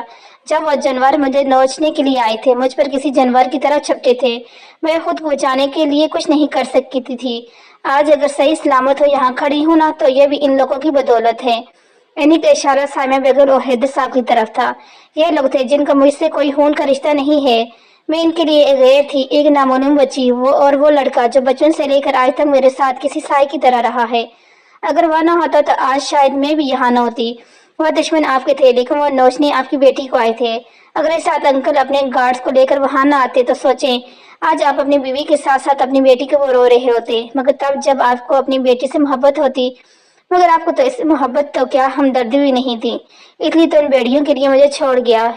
کیا واقعی میں باپ ایسے ہوتے ہیں؟ بابا اینی نے پہلی بار شیرازی سکندر کو بابا بولا تھا۔ آج پہلی بار شیرازی سکندر نے اینی کے منہ سے بابا سنا تھا۔ اس کے منہ سے اپنے لیے الفاظ سن کر شیرازی سکندر کی آنکھوں سے بے اختیار آنسو بہے تھے۔ اس کمزور سی جان نے کتنا کچھ جیتا تھا، وہ سوچ بھی نہیں سکتے تھے کہ اس رات یہ سب ہوا تھا۔ انہیں تو صرف یہ بتایا گیا تھا کہ ان کے گھر میں چوری ہوئی ہے، مگر ایک قیامت تھی جو حورالعین سکندر پر آ کے سالوں پہلے گزر چکی تھی، مگر ان کے باپ کو تو آج معلوم نہیں ہوا تھا کہ اس کی بیٹی کے ساتھ یہ سب ہوا ہے۔ بتائیں بابا، کیا باپ ایسے ہوتے ہیں جو اپنی بیٹیوں سے ان کی خوشیاں چھین لیں، حتیٰ کہ ان سے ان کی محبت بھی؟ کیا آپ کو نہیں پتا کہ بیلا میرے لیے کیا معنی رکھتی ہے؟ کیا آپ نہیں جانتے کہ بیلا کے ساتھ میری زندگی جڑی ہے؟ پھر بھی آپ نے بولا کہ آپ اسے مجھ سے دور کر دیں گے۔ آپ مجھے بتائیں، آپ کیا چاہتے ہیں؟ مجھے بخشنے کے لیے آپ کو کیا چاہیے؟ ایک بیٹی اپنے باپ کے سامنے کھڑی اپنی ہی زندگی کے لیے اپنے باپ سے سودا کر رہی تھی۔ کیا آپ کے دل میں کبھی میرے لیے اتنی سی محبت نہیں جاگی؟ کیا آپ کو کبھی اتنا سا بھی احساس نہیں ہوا کہ میں آپ کی بیٹی ہوں، میں آپ کا خون ہوں، میں آپ کی محبت کے وجود کا حصہ ہوں؟ کہ آپ نے کبھی مجھے ایک بیٹی کی نگاہ سے نہیں دیکھا؟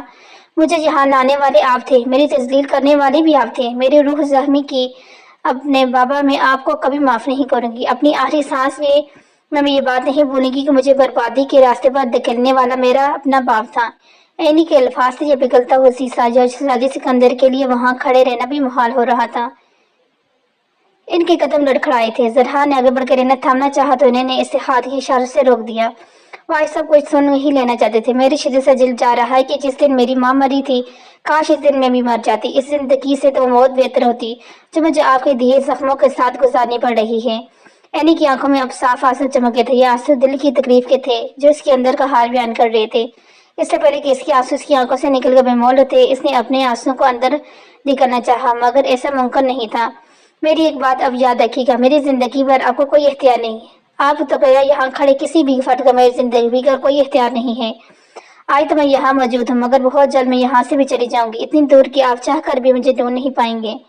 اینی کی آنکھوں سے اشک رسانوں پہ بہے تھے۔ یہ پہلی بار تھا کہ سب نے اینی کو یوں روتے دیکھا تھا، جبکہ اینی کے الفاظ اور رونا سب کی روح چاک کر گیا تھا۔ کسی میں اتنی ہمت نہیں ہو رہی تھی وہ آگے بڑھ کر اینی کو تھام لے۔ اینی کے بولے یہ الفاظ سے بڑی اماں تو صرف اپنا دل سنبھال رہی تھی، جبکہ ان کی آنکھوں سے کتنے ہی آنسو ٹوٹ کر پہلے ہی بے مول ہو چکے تھے۔ ان کی بیٹی کی گہری غلطیوں نے ان کی بیٹی کی زندگی کو ویران کر دیا تھا۔ اینی کے الفاظ سن کر شیرازی سکندر نے تڑپ کر اینی کو پکارا۔ نہیں، اینی صرف ایک لفظ بولو، پھر قدم بے اختیار 2 قدم پیچھے بڑھائے اور پھر ایک دم سے پلٹی ہوتے سے اس قدم لیتی وہاں سے نکلتی چلی گئی۔ وہ اپنے آنسو کسی کو نہیں دکھانا چاہتی، وہ خود کو بھی کسی گوشت میں چھپا لینا چاہتی تھی۔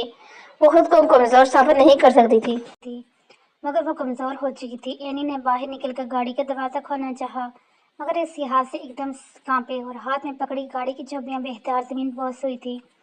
اس کا جسم تو لرز رہا تھا۔ حورالعین سکندر جسے ایک دنیا بے رحم آفیسر کے نام سے جانتی تھی، وہ آج کانپ رہی تھی۔ اینی نے اپنی دندلاتی آنکھوں سے جھک کر گاڑی کی چابیاں اٹھائی اور گاڑی میں بیٹھ کر 2-3 گہرے سانس لے کر خود کو پرسکون کرنے کی کوشش کی، مگر سینے میں تو ایک ایسی آگ لگی تھی جو کسی صورت بجھنے کا نام نہیں لے رہی تھی۔ اس کے دل میں درد کی ٹھیس اٹھ رہی تھی۔ یہ تو وہ جانتی تھی، یہ اس کا خدا جانتا تھا اس وقت کس حالت میں تھی۔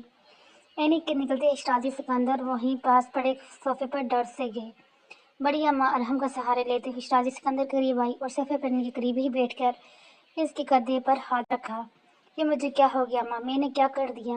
وہ میری اولاد تھی، میری سکی اولاد، مجھے تو اس سے محبت کرنا فرض تھے۔ بیٹے تو رحمت ہوتی ہیں، پھر میں نے کیوں اسے زحمت بنا دیا؟ سب بہت بڑی غلطی ہو گئی ماں، میں نے کیا کر دیا؟ شیرازی سکندر نے اپنا سر اپنے ہاتھوں میں گرا لیا۔ وہ روتے ہوئے اپنی غلطیوں کو دہرا رہے تھے، جبکہ اماں جان زینت بیگم کی آنکھیں آنسو سے بھری تھی۔ فاریہ، لائبہ اور دانیت بے آواز رو رہی تھی۔ جو کچھ اب یہ ہوا تھا بالکل ٹھیک نہیں ہوا تھا، تمہیں یہ سب نہیں کرنا چاہیے تھا۔ وہ تو تمہاری بیٹی تھی، تمہارے خون تھی، تم نے کیسے اسے دکھ دے دیے؟ شیرازی، ہم تو اپنی پوتی کو ساری زندگی ترستے رہے، تم نہیں سنبھال سکتے تو ہمیں دے جاتے، ابھی ہم اسے اپنے سینے سے لگا کر رکھتے۔ بڑی اماں روتی ہوئی شیرازی سکندر کو چپ کرانے کی کوشش کر رہی تھی۔ اماں، مجھ سے بہت بڑی غلطی ہو چکی، میں سلینا کو کیا جواب دوں گا جب روز محشر وہ میرے روبرو ہوگی اور مجھ سے پوچھے گی کہ میں نے اس کی بیٹی کا خیال کیوں نہیں رکھا؟ تو میں اسے کیا جواب دوں گا؟ اماں، میں تو اینی کے ساتھ ساتھ سلینا کا بھی گنہگار ہوں۔ اپنی بیٹی کی حفاظت نہیں کر سکا۔ باپ ہوں میں، اگر اس رات اسے حیدر نہ بچاتا تو میں کیا کرتا؟ اماں، اگر رینی کو کچھ ہو جاتا تو میں کہاں سے لاتا اپنی بیٹی کو؟ مجھ سے غلطیاں نہیں، گناہ ہوئے ہیں۔ اماں، میں کیسے ازالہ کروں ان سب کا؟ جب تک میں اپنی بیٹی کو سمجھاتا تب تک وہ بہت سمجھدار ہو چکی تھی۔ وہ مجھ سے واقعی میں بہت دور جا چکی تھی، مگر اب وہ مجھ سے دور جانے کی بات کر رہی ہے۔ وہ بول رہی ہے کہ میرے سامنے نہیں آئے گی، میں کبھی اسے دیکھ نہیں سکوں گا۔ ماں، خدا تعالیٰ اس سے بولیں کہ اپنے باپ کو بھی موت نہ مارے۔ حوصلہ کرو یار، ہم سمجھائیں گے، سب مل کر کے ہی نہیں جائے گی وہ، خاموش ہو جاؤ۔ حیدر صاحب شیرازی سکندر کا کندھا تھپتھپاتے ہوئے بولے۔ اس وقت ان کے پاس کوئی چارہ نہیں تھا سوائے انہیں حوصلہ دینے کے، کیونکہ اینی کے الفاظوں میں کتنی حقیقت تھی بہت بھی جانتے تھے۔ اس بچی کا دل ٹوٹ کر ذرا ذرا ہو چکا تھا۔ کسی سے شکایت کرتی، شیرازی سکندر تو اپنی ماں اپنے سے اپنا دکھ بانٹ رہے تھے، مگر اس کے پاس تو کوئی نہیں تھا۔ اتنی تکلیفوں کو اس نے اپنے وجود میں کیسے چھپا کر رکھا؟ وہ واقعی میں ایک بلند حوصلہ لڑکی تھی۔ زرحان، جاؤ میری بچی کو دیکھو، کہیں کچھ کر نہ بیٹھے، خدا دار اس کے پیچھے جاؤ۔ شیرازی سکندر زرحان کی طرف دیکھتے ہوئے التجا کر رہے تھے، جبکہ شیرازی سکندر کی بات سنتے ہی زرحان باہر کی طرف بھاگا تھا۔ زرحان باہر دوبارے سے اینی نہیں دکھائی دی اور وہاں سے اینی کی گاڑی بھی گئی تھی، مطلب وہ یہاں سے جا چکی تھی۔ ابھی زرحان گیٹ پر کھڑا اپنے ملازم سے اینی کے بارے میں پوچھ رہا تھا کہ ایک دم سے بے موسم بارش شروع ہو گئی، اور بارش اتنی تیز تھی کہ زرحان کو سے اٹھنا پڑا۔ پہلا حاجت جو اس کے ذہن میں آیا تھا وہ یہی تھا کہ اینی اس وقت کہاں ہوگی، کیونکہ وہ بخوبی بھی جانتا تھا کہ اینی کو بارش سے خوفی ہے۔ اگر وہ بارش میں بھیگ گئی تو یقیناً اس کی طبیعت خراب ہو جائے گی۔ اس وقت تو اکیلی تھی، اس کے ساتھ کوئی نہیں تھا۔ اسی حال میں اگر اس کی طبیعت خراب ہو جاتی تو اسے کس نے سنبھالنا تھا؟ جاؤ جلدی سے میرے کمرے سے میری گاڑی کی چابی لے کر آؤ۔ زرحان اپنے ملازم کی طرف دیکھتے ہوئے بولا۔ تو ملازم بھاگتے ہوئے چابیاں لینے چلے گئے، کیونکہ زرحان کی پریشانی بڑھتی جا رہی تھی، کیونکہ بارش کی رفتار میں آہستہ آہستہ اضافہ ہو رہا تھا۔ ملازم جیسے ہی گاڑی کی چابی لے کر آیا، زرحان نے جلدی سے گاڑی میں بیٹھا اور جلدی سے گاڑی حویلی سے باہر نکالی تھی۔ اس وقت اسے اینی کی فکر کھائی جا رہی تھی۔ ایک تو وہ اتنی تکلیف میں تھی، اوپر سے اکیلے ہی گھر سے نکل گئی تھی۔ دانیال فریش ہو کر نیچے آیا تو سب کو یوں ہی لاؤنج میں بیٹھا دیکھ کافی پریشان ہوا، جبکہ سب کے چہرے پر پریشانی اور شیرازی سکندر کو روتا دیکھ اس کی پریشانی میں مزید اضافہ ہو گیا۔ وہ تیز تیز قدم اٹھا لاؤنج میں داخل ہوئے۔ کیا ہوا ہے؟ سب ٹھیک ہے؟ سب اس طرح کیوں بیٹھے ہیں؟ دانیال سائمہ بیگم کی طرف دیکھتے ہوئے بولا، کیونکہ اس وقت وہ بھی رو رہی تھی۔ دانیال کا کمرہ ساؤنڈ پروف تھا، اس لیے کوئی بھی آواز اسے سنائی نہیں دی تھی۔ دانیال، وہ اینی چلی گئی ہے؟ سائمہ بیگم دانیال کی طرف دیکھتے ہوئے روتی ہوئی بولی، کہاں چلی گئی؟ اور مام، آپ رو کیوں رہی ہیں؟ کیا ہوا ہے؟ کوئی مجھے بتائے گا؟ یہاں دانیال کی پریشانی اب بڑھنے لگی تھی۔ سب کو یوں پریشان دیکھ کر اس سے کچھ غلط ہونے کا احساس ہوا۔ سائمہ بیگم دانیال کو تمام صورتحال سے آگاہ کیا، ابھی جو یہاں پر ہوا تھا ایک ایک بات دانیال کو بتائی، جبکہ سائمہ بیگم کی بات سنتے ہی دانیال کو اپنا سانس رکتا ہوا محسوس ہو رہا تھا۔ یعنی اتنا کچھ ہو گیا کچھ ہی دیر میں، اور اسے پتہ بھی نہ چلا۔ انکل، یہ آپ نے ٹھیک نہیں کیا، آپ کچھ بھی کر لیتے، مگر آپ کو بیلا کے بارے میں یہ الفاظ نہیں بولنے چاہیے تھے۔ دانیال شیرازی سکندر کی طرف دیکھتے ہوئے سنجیدگی سے بولے، یہ الفاظ اس سے نبی ناگوار گزرے تھے، مگر شیرازی سکندر اب خاموش تھے، وہ کچھ بھی نہیں بول رہے تھے، بس خاموشی سے سر جھکائے بیٹھے تھے جیسے کوئی مجرم بیٹھا ہو۔ بیلا کہاں ہے؟ دانیال کی طرف دیکھتے ہوئے بولا، کیونکہ اسے ڈر تھا کہ کہیں بیلا نے یہ سب نہ دیکھ لیا ہو، کہ وہ بھی ایک چھوٹی سی بچی تھی اور یہ سب دیکھ کر اس کے دماغ پر اثر بھی پڑ سکتا تھا۔ وہ ملازمہ اپنی بیٹی کو ساتھ لائی ہے تو بیلا آج اسی کے ساتھ ہے، فکر مت کرو، یہاں جو کچھ ہوا بیلا نے نہیں دیکھا۔ حارث دانیال کی طرف دیکھتے ہوئے بولا۔ اتنی دیر میں ارحم کا فون بجنے لگا۔ ارحم نے اپنا فون پر ایک انجانے نمبر سے آنے والی کال کو دیکھا اور پھر کال یس کر کے کان سے لگایا، مگر آگے سے ملنے والی خبر کو سن کر اس کے چہرے پہ ایک دم سے پریشانی چھا گئی۔ دانیال جو ارحم کی طرف دیکھ رہا تھا، اس کے چہرے کی ایکسپریشن دیکھ کر فوراً سے قریب گیا، جو اب فون بند کر چکا تھا۔ کیا ہوا؟ سب ٹھیک ہے؟ دانیال ارحم کی طرف دیکھتے ہوئے بولا، تو ارحم نے آہستہ سے سر میں ہاتھ لایا اور باہر آنے کا اشارہ کیا۔ حور کی گاڑی کا ایکسیڈنٹ ہوا ہے مین روڈ پر۔ ارحم دانیال کی طرف دیکھتے بولا، جبکہ دانیال کو لگا کسی نے اس کے سر پر کوئی بم پھوڑ دیا ہے۔ دانیال بغیر ارحم کو جواب دیے اپنی گاڑی کی جانب دوڑا، اسے اپنی جان نکلتی ہوئی محسوس ہو رہی تھی۔ آج تک اینی کا ایکسیڈنٹ نہیں ہوا تھا، پھر آج کیسے ہو گیا؟ لالا، میں بھی آپ کے ساتھ چلتا ہوں۔ ارحم گاڑی میں بیٹھنے لگا جب حارث اس کے قریب آتے ہوئے بولا، نہیں حارث، تم گھر پر ہی رہو، بابا جان اور چاچا جان کسی دوسرے گاؤں گئے ہوئے ہیں، وہ بھی حویلی موجود نہیں ہے، اس حالات میں تمہارا یہاں رہنا زیادہ ضروری ہے، تم چاچا جان کے پاس رہو، ہم کچھ ہی دیر میں واپس آ جائیں گے۔ ارحم حارث کی طرف دیکھتے ہوئے بولا اور گاڑی کا دروازہ کھول کر اندر بیٹھ گیا۔ ارحم کے بیٹھتے ہی دانیال نے جلدی سے گاڑی حویلی سے باہر نکالی اور پھر سپیڈ گاڑی دوڑائی۔ زرحان کو پہلے اطلاع مل چکی تھی، اب وہ اس جگہ پہنچ چکا جہاں اینی کی گاڑی کا ایکسیڈنٹ ہوا تھا، مگر یہ کیا، وہاں تو صرف اینی کی گاڑی ہی موجود تھی جس کا بری طرح ایکسیڈنٹ ہوا تھا۔ گاڑی کی حالت آگے سے بہت خراب تھی، मगर एनी वहाँ मौजूद नहीं थी। लोगों से पूछताछ करने के बाद भी पता मालूम नहीं हुआ कि एनी कहाँ गई, क्योंकि किसी ने भी एनी को नहीं देखा था। जब एक्सीडेंट हुआ था इस रोड पर कोई भी ऐसा शख्स मौजूद नहीं था जिसने एक्सीडेंट देखा हो। सरहान इसी इलाके के आसपास भी तलाशी, मगर एनी गायब थी। एनी का फ़ोन गाड़ी के कुछ फासले पर गिरा पड़ा मिला, मगर एनी कहीं भी नहीं थी। अगर गाड़ी का एक्सीडेंट हुआ था यकीनन एनी को भी कोई ना कोई चोट लाजमी आई होगी, और ऊपर से बरसती बारिश में वो कहीं निकल चुकी है। अब तो सरहान की परेशानी मजीद बढ़ गई। इसे समझ नहीं आ रही थी कि एनी को कहाँ ढूंढे, जबकि अब वहाँ पर अरहम दानियाल भी आ चुके थे। वहाँ पहुँचने के बाद कुछ ही देर दानियाल ने भी अपनी तसल्ली की, मगर जब इसे यकीन हुआ कि एनी यहाँ कहीं भी मौजूद नहीं है तो इसने सरहान और अरहम को बोला कि वो दोनों वापस हवेली चले जाएं, क्योंकि शराजी सिकंदरी तबीयत ठीक नहीं थी। मगर जरहान किसी भी सूरत जाने को तैयार नहीं था। अभी इन दोनों इसी मामले में बहस कर रहे थे जब जरहान का फ़ोन बजा। फ़ोन कान से लगाते ही मालूम है घर पर बड़ी अम्मा की तबीयत खराब हो चुकी है। इसे जल्दी डॉक्टर को लेकर हवेली पहुंचे। फ़ोन पर अम्मा जान की बात सुनते ही जरहान अरहम के साथ डॉक्टर को लेने गए लिया। जाने ये सब क्या हो रहा है, किसी को भी कुछ समझ नहीं आ रहा था। कल तक तो हर शख्स खुश था, हवेली में हर तरफ खुशी फैली हुई थी, और आज हर शख्स के चेहरे पर मुस्कुराहट की जगह परेशानी थी। जरहान अरहम के जाते ही दनियाल ने अपनी गाड़ी आगे बढ़ाई, क्योंकि वो जानता था कि इस वक्त कहाँ होगी। ये अंधेरा कमरे का मंजर था जहाँ एक वजूद अपने हाथों पर बगैर ग्लव्स पहने जोर जोर से बॉक्सिंग करने में मसरूफ था। कमरे में आती मध्यम सी रोशनी से यह मंजर हल्का हल्का दिखाई दे रहा था, जहाँ नीति जोर जोर से पंच मार रही थी जैसे अपना सारा गुस्सा उस पर उतारना चाहती हो। दरअसल 2 घंटे की इसी अमल से इसके दोनों हाथ जख्मी हो चुके थे और इसकी सांसें फूलने लगी थी। एनी अपनी फूलती सांसों के साथ वहीं जमीन पर घुटनों के बल बैठ गई। जब इस कमरे का दरवाज़ा खुला और बाहर से आती रोशनी सारे कमरे के अंधेरे को ख़त्म कर गई और कमरा रोशनी से नहा गया। दनियाल जल्दी से कमरे में दाखिल हुआ, मगर अगला मंजिल देखते ही ऐसा लगा जैसे इसका दिल किसी ने मुट्ठी में मसल दिया हो। एनी घुटनों के बल जमीन पर बैठी लंबे लंबे सांस ले रही थी। इसके पूरा वजूद भीगा हुआ था, हाथ बेतहाशा जख्मी थे, गर्दन पे एक निशान था जिसमें से खून की 2 लकीरें निकलकर शर्ट में जज्ब हो चुकी थी और जख्म पर खून जम चुका था। एनी इस वक्त अजियत के आखिरी मरहले पर खड़ी थी। इस वक्त सब लाउंज में बैठे हुए थे। स्टाजी सिकंदर डॉक्टर का इंजेक्शन लगाया हुआ था, जिसकी वजह से वो सो रहे थे। बड़ी अम्मा का बीपी हाई हो गया था, जिसकी वजह से इनकी तबीयत नासारती रही। इन्हीं में डॉक्टर मेडिसिन दे के इंजेक्शन लगा के गए थे, जिसकी वजह से अब वो थोड़ा रिलैक्स हुए थे। मगर असल परेशानी तो एनी की तरफ से थी, जिसके बारे में अभी तक पता नहीं चल सका। सरहान ने अपने आदमी हर तरफ छोड़े थे, वो हर तरफ एनी को ढूंढ रहे थे, मगर अभी तक एनी का कुछ पता नहीं चला था। जब वह कुछ ही फासले में खड़े दानियल मुसलसल दानियाल के नंबर पर कॉल कर रही थी, क्योंकि ऐसा लगता था कि दानियाल को ज़रूर पता होगा कि एनी कहाँ है। इसलिए वो पिछले 1 घंटे से दानियाल को कॉल कर रही थी, मगर फ़ोन नहीं उठा रहा था। अभी भी उसने दानियाल को कान में लाकर फ़ोन कान से लगाया। तीसरी बेल पर कॉल उठा लेगी, मगर आगे से कोई जवाब नहीं आया। दानियाल जो बारिश की वजह से भीगा हुआ था, गीला हाथ लगने की वजह से कॉल अटेंड हो चुकी थी, जबकि इसके फ़ोन सोफे पर फेंका था। भागने के अंदाज में एनी तक पहुंचा था। एनी दानियाल ने बेख्तियार एनी को पुकारा, जबकि दानियाल दानियल की आवाज़ सुन चुकी थी। आप ही फ़ोन कान से लगाते हुए दानियल ने एनी को पुकारा, जबकि दानियल के मुंह से एनी का नाम सुनकर सब ने बेकरार नज़रों से दानियल की तरफ देखा, जबकि जरहान जल्दी से उठकर दानियल के हाथ से फ़ोन आप ही फ़ोन कान से लगाते हुए दानियल ने एनी को पुकारा, जबकि दानियल के मुंह से एनी का नाम सुनकर सब बेकरार नज़रों से दानियल की तरफ देख रहे थे। जल्दी से उठकर दानियल के हाथ से पकड़ चुका था एनी।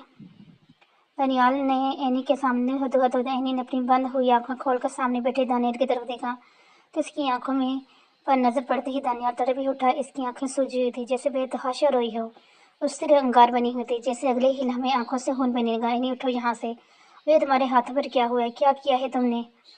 दानियाल एनी के दोनों हाथ पकड़ते हुए बोला, जबकि इसके हाथों को छूते ही दानियाल को लगा जैसे इसके ऊपर किसी ने अंगार रख दिया हो। एनी का वजूद किसी तपते हुए तंदूर की तरह तप रहा था। दूसरी तरफ से भीड़ से आती दानियाल की आवाज़ सुनकर वहाँ मौजूद सब लोग धड़कते दिल के साथ फ़ोन की तरफ देख रहे थे।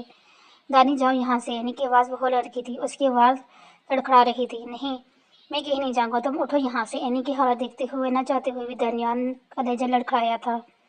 दानियाल जाओ यहाँ से, मुझे अकेला छोड़ दो। एनी इस बात ज़रा सख्ती से बोली, क्यों अकेला छोड़ दूँ, क्यों जाऊँ मैं यहाँ से, उठो यहाँ से। दानियाल एनी की बात को खाते में लाते हुए गिर इसके पास पकड़कर सहारा देकर खड़ा करते हुए बोला, दानियल जाओ यहाँ से, तुम्हें सुनाई नहीं देता, अकेला छोड़ दो, मुझे नहीं चाहिए किसी का सहारा।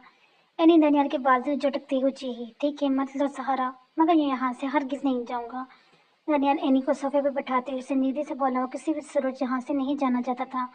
वो जानता था कि इसके जाने के बाद एनी की हालत मजीद खराब होगी, और वो नहीं चाहता था कि एनी खुद को कोई नुकसान पहुँचाए। वो तो इस बात से भी अनजान था कि इसके फ़ोन पर आने वाली कॉल गलती से अटेंड हो चुकी थी, और अब इन दोनों के दरमियान होने वाली तमाम गुफ्तगू दूसरी जानब सुनी जा रही थी। दानियाल की बात सुनकर एनी ने इसे कोई जवाब नहीं दिया, सिर्फ अपना चेहरा अपने हाथों में गिराया था। इसे यूं देखकर दानियाल की रूह फना हो रही थी, इसके दिल में दर्द की ठेस उठ रही थी।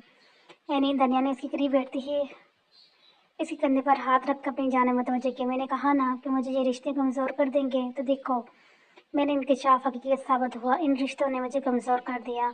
एनी सर उठाकर दानियाल की तरफ देखती है बोली, मैंने यहाँ आने की बहुत बड़ी कीमत चुकाई है दानी, तोड़ दिए है मुझे इन दिखावे की मोहब्बतों ने। एनी के लहजे में एक बेचैनी थी, एक हैसियत थी जो मुकाबले को हिलाकर रख गई थी।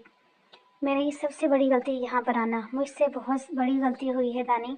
मुझे कभी यहाँ नहीं आना चाहिए था, कभी इन रिश्तों में नहीं उलझना चाहिए था।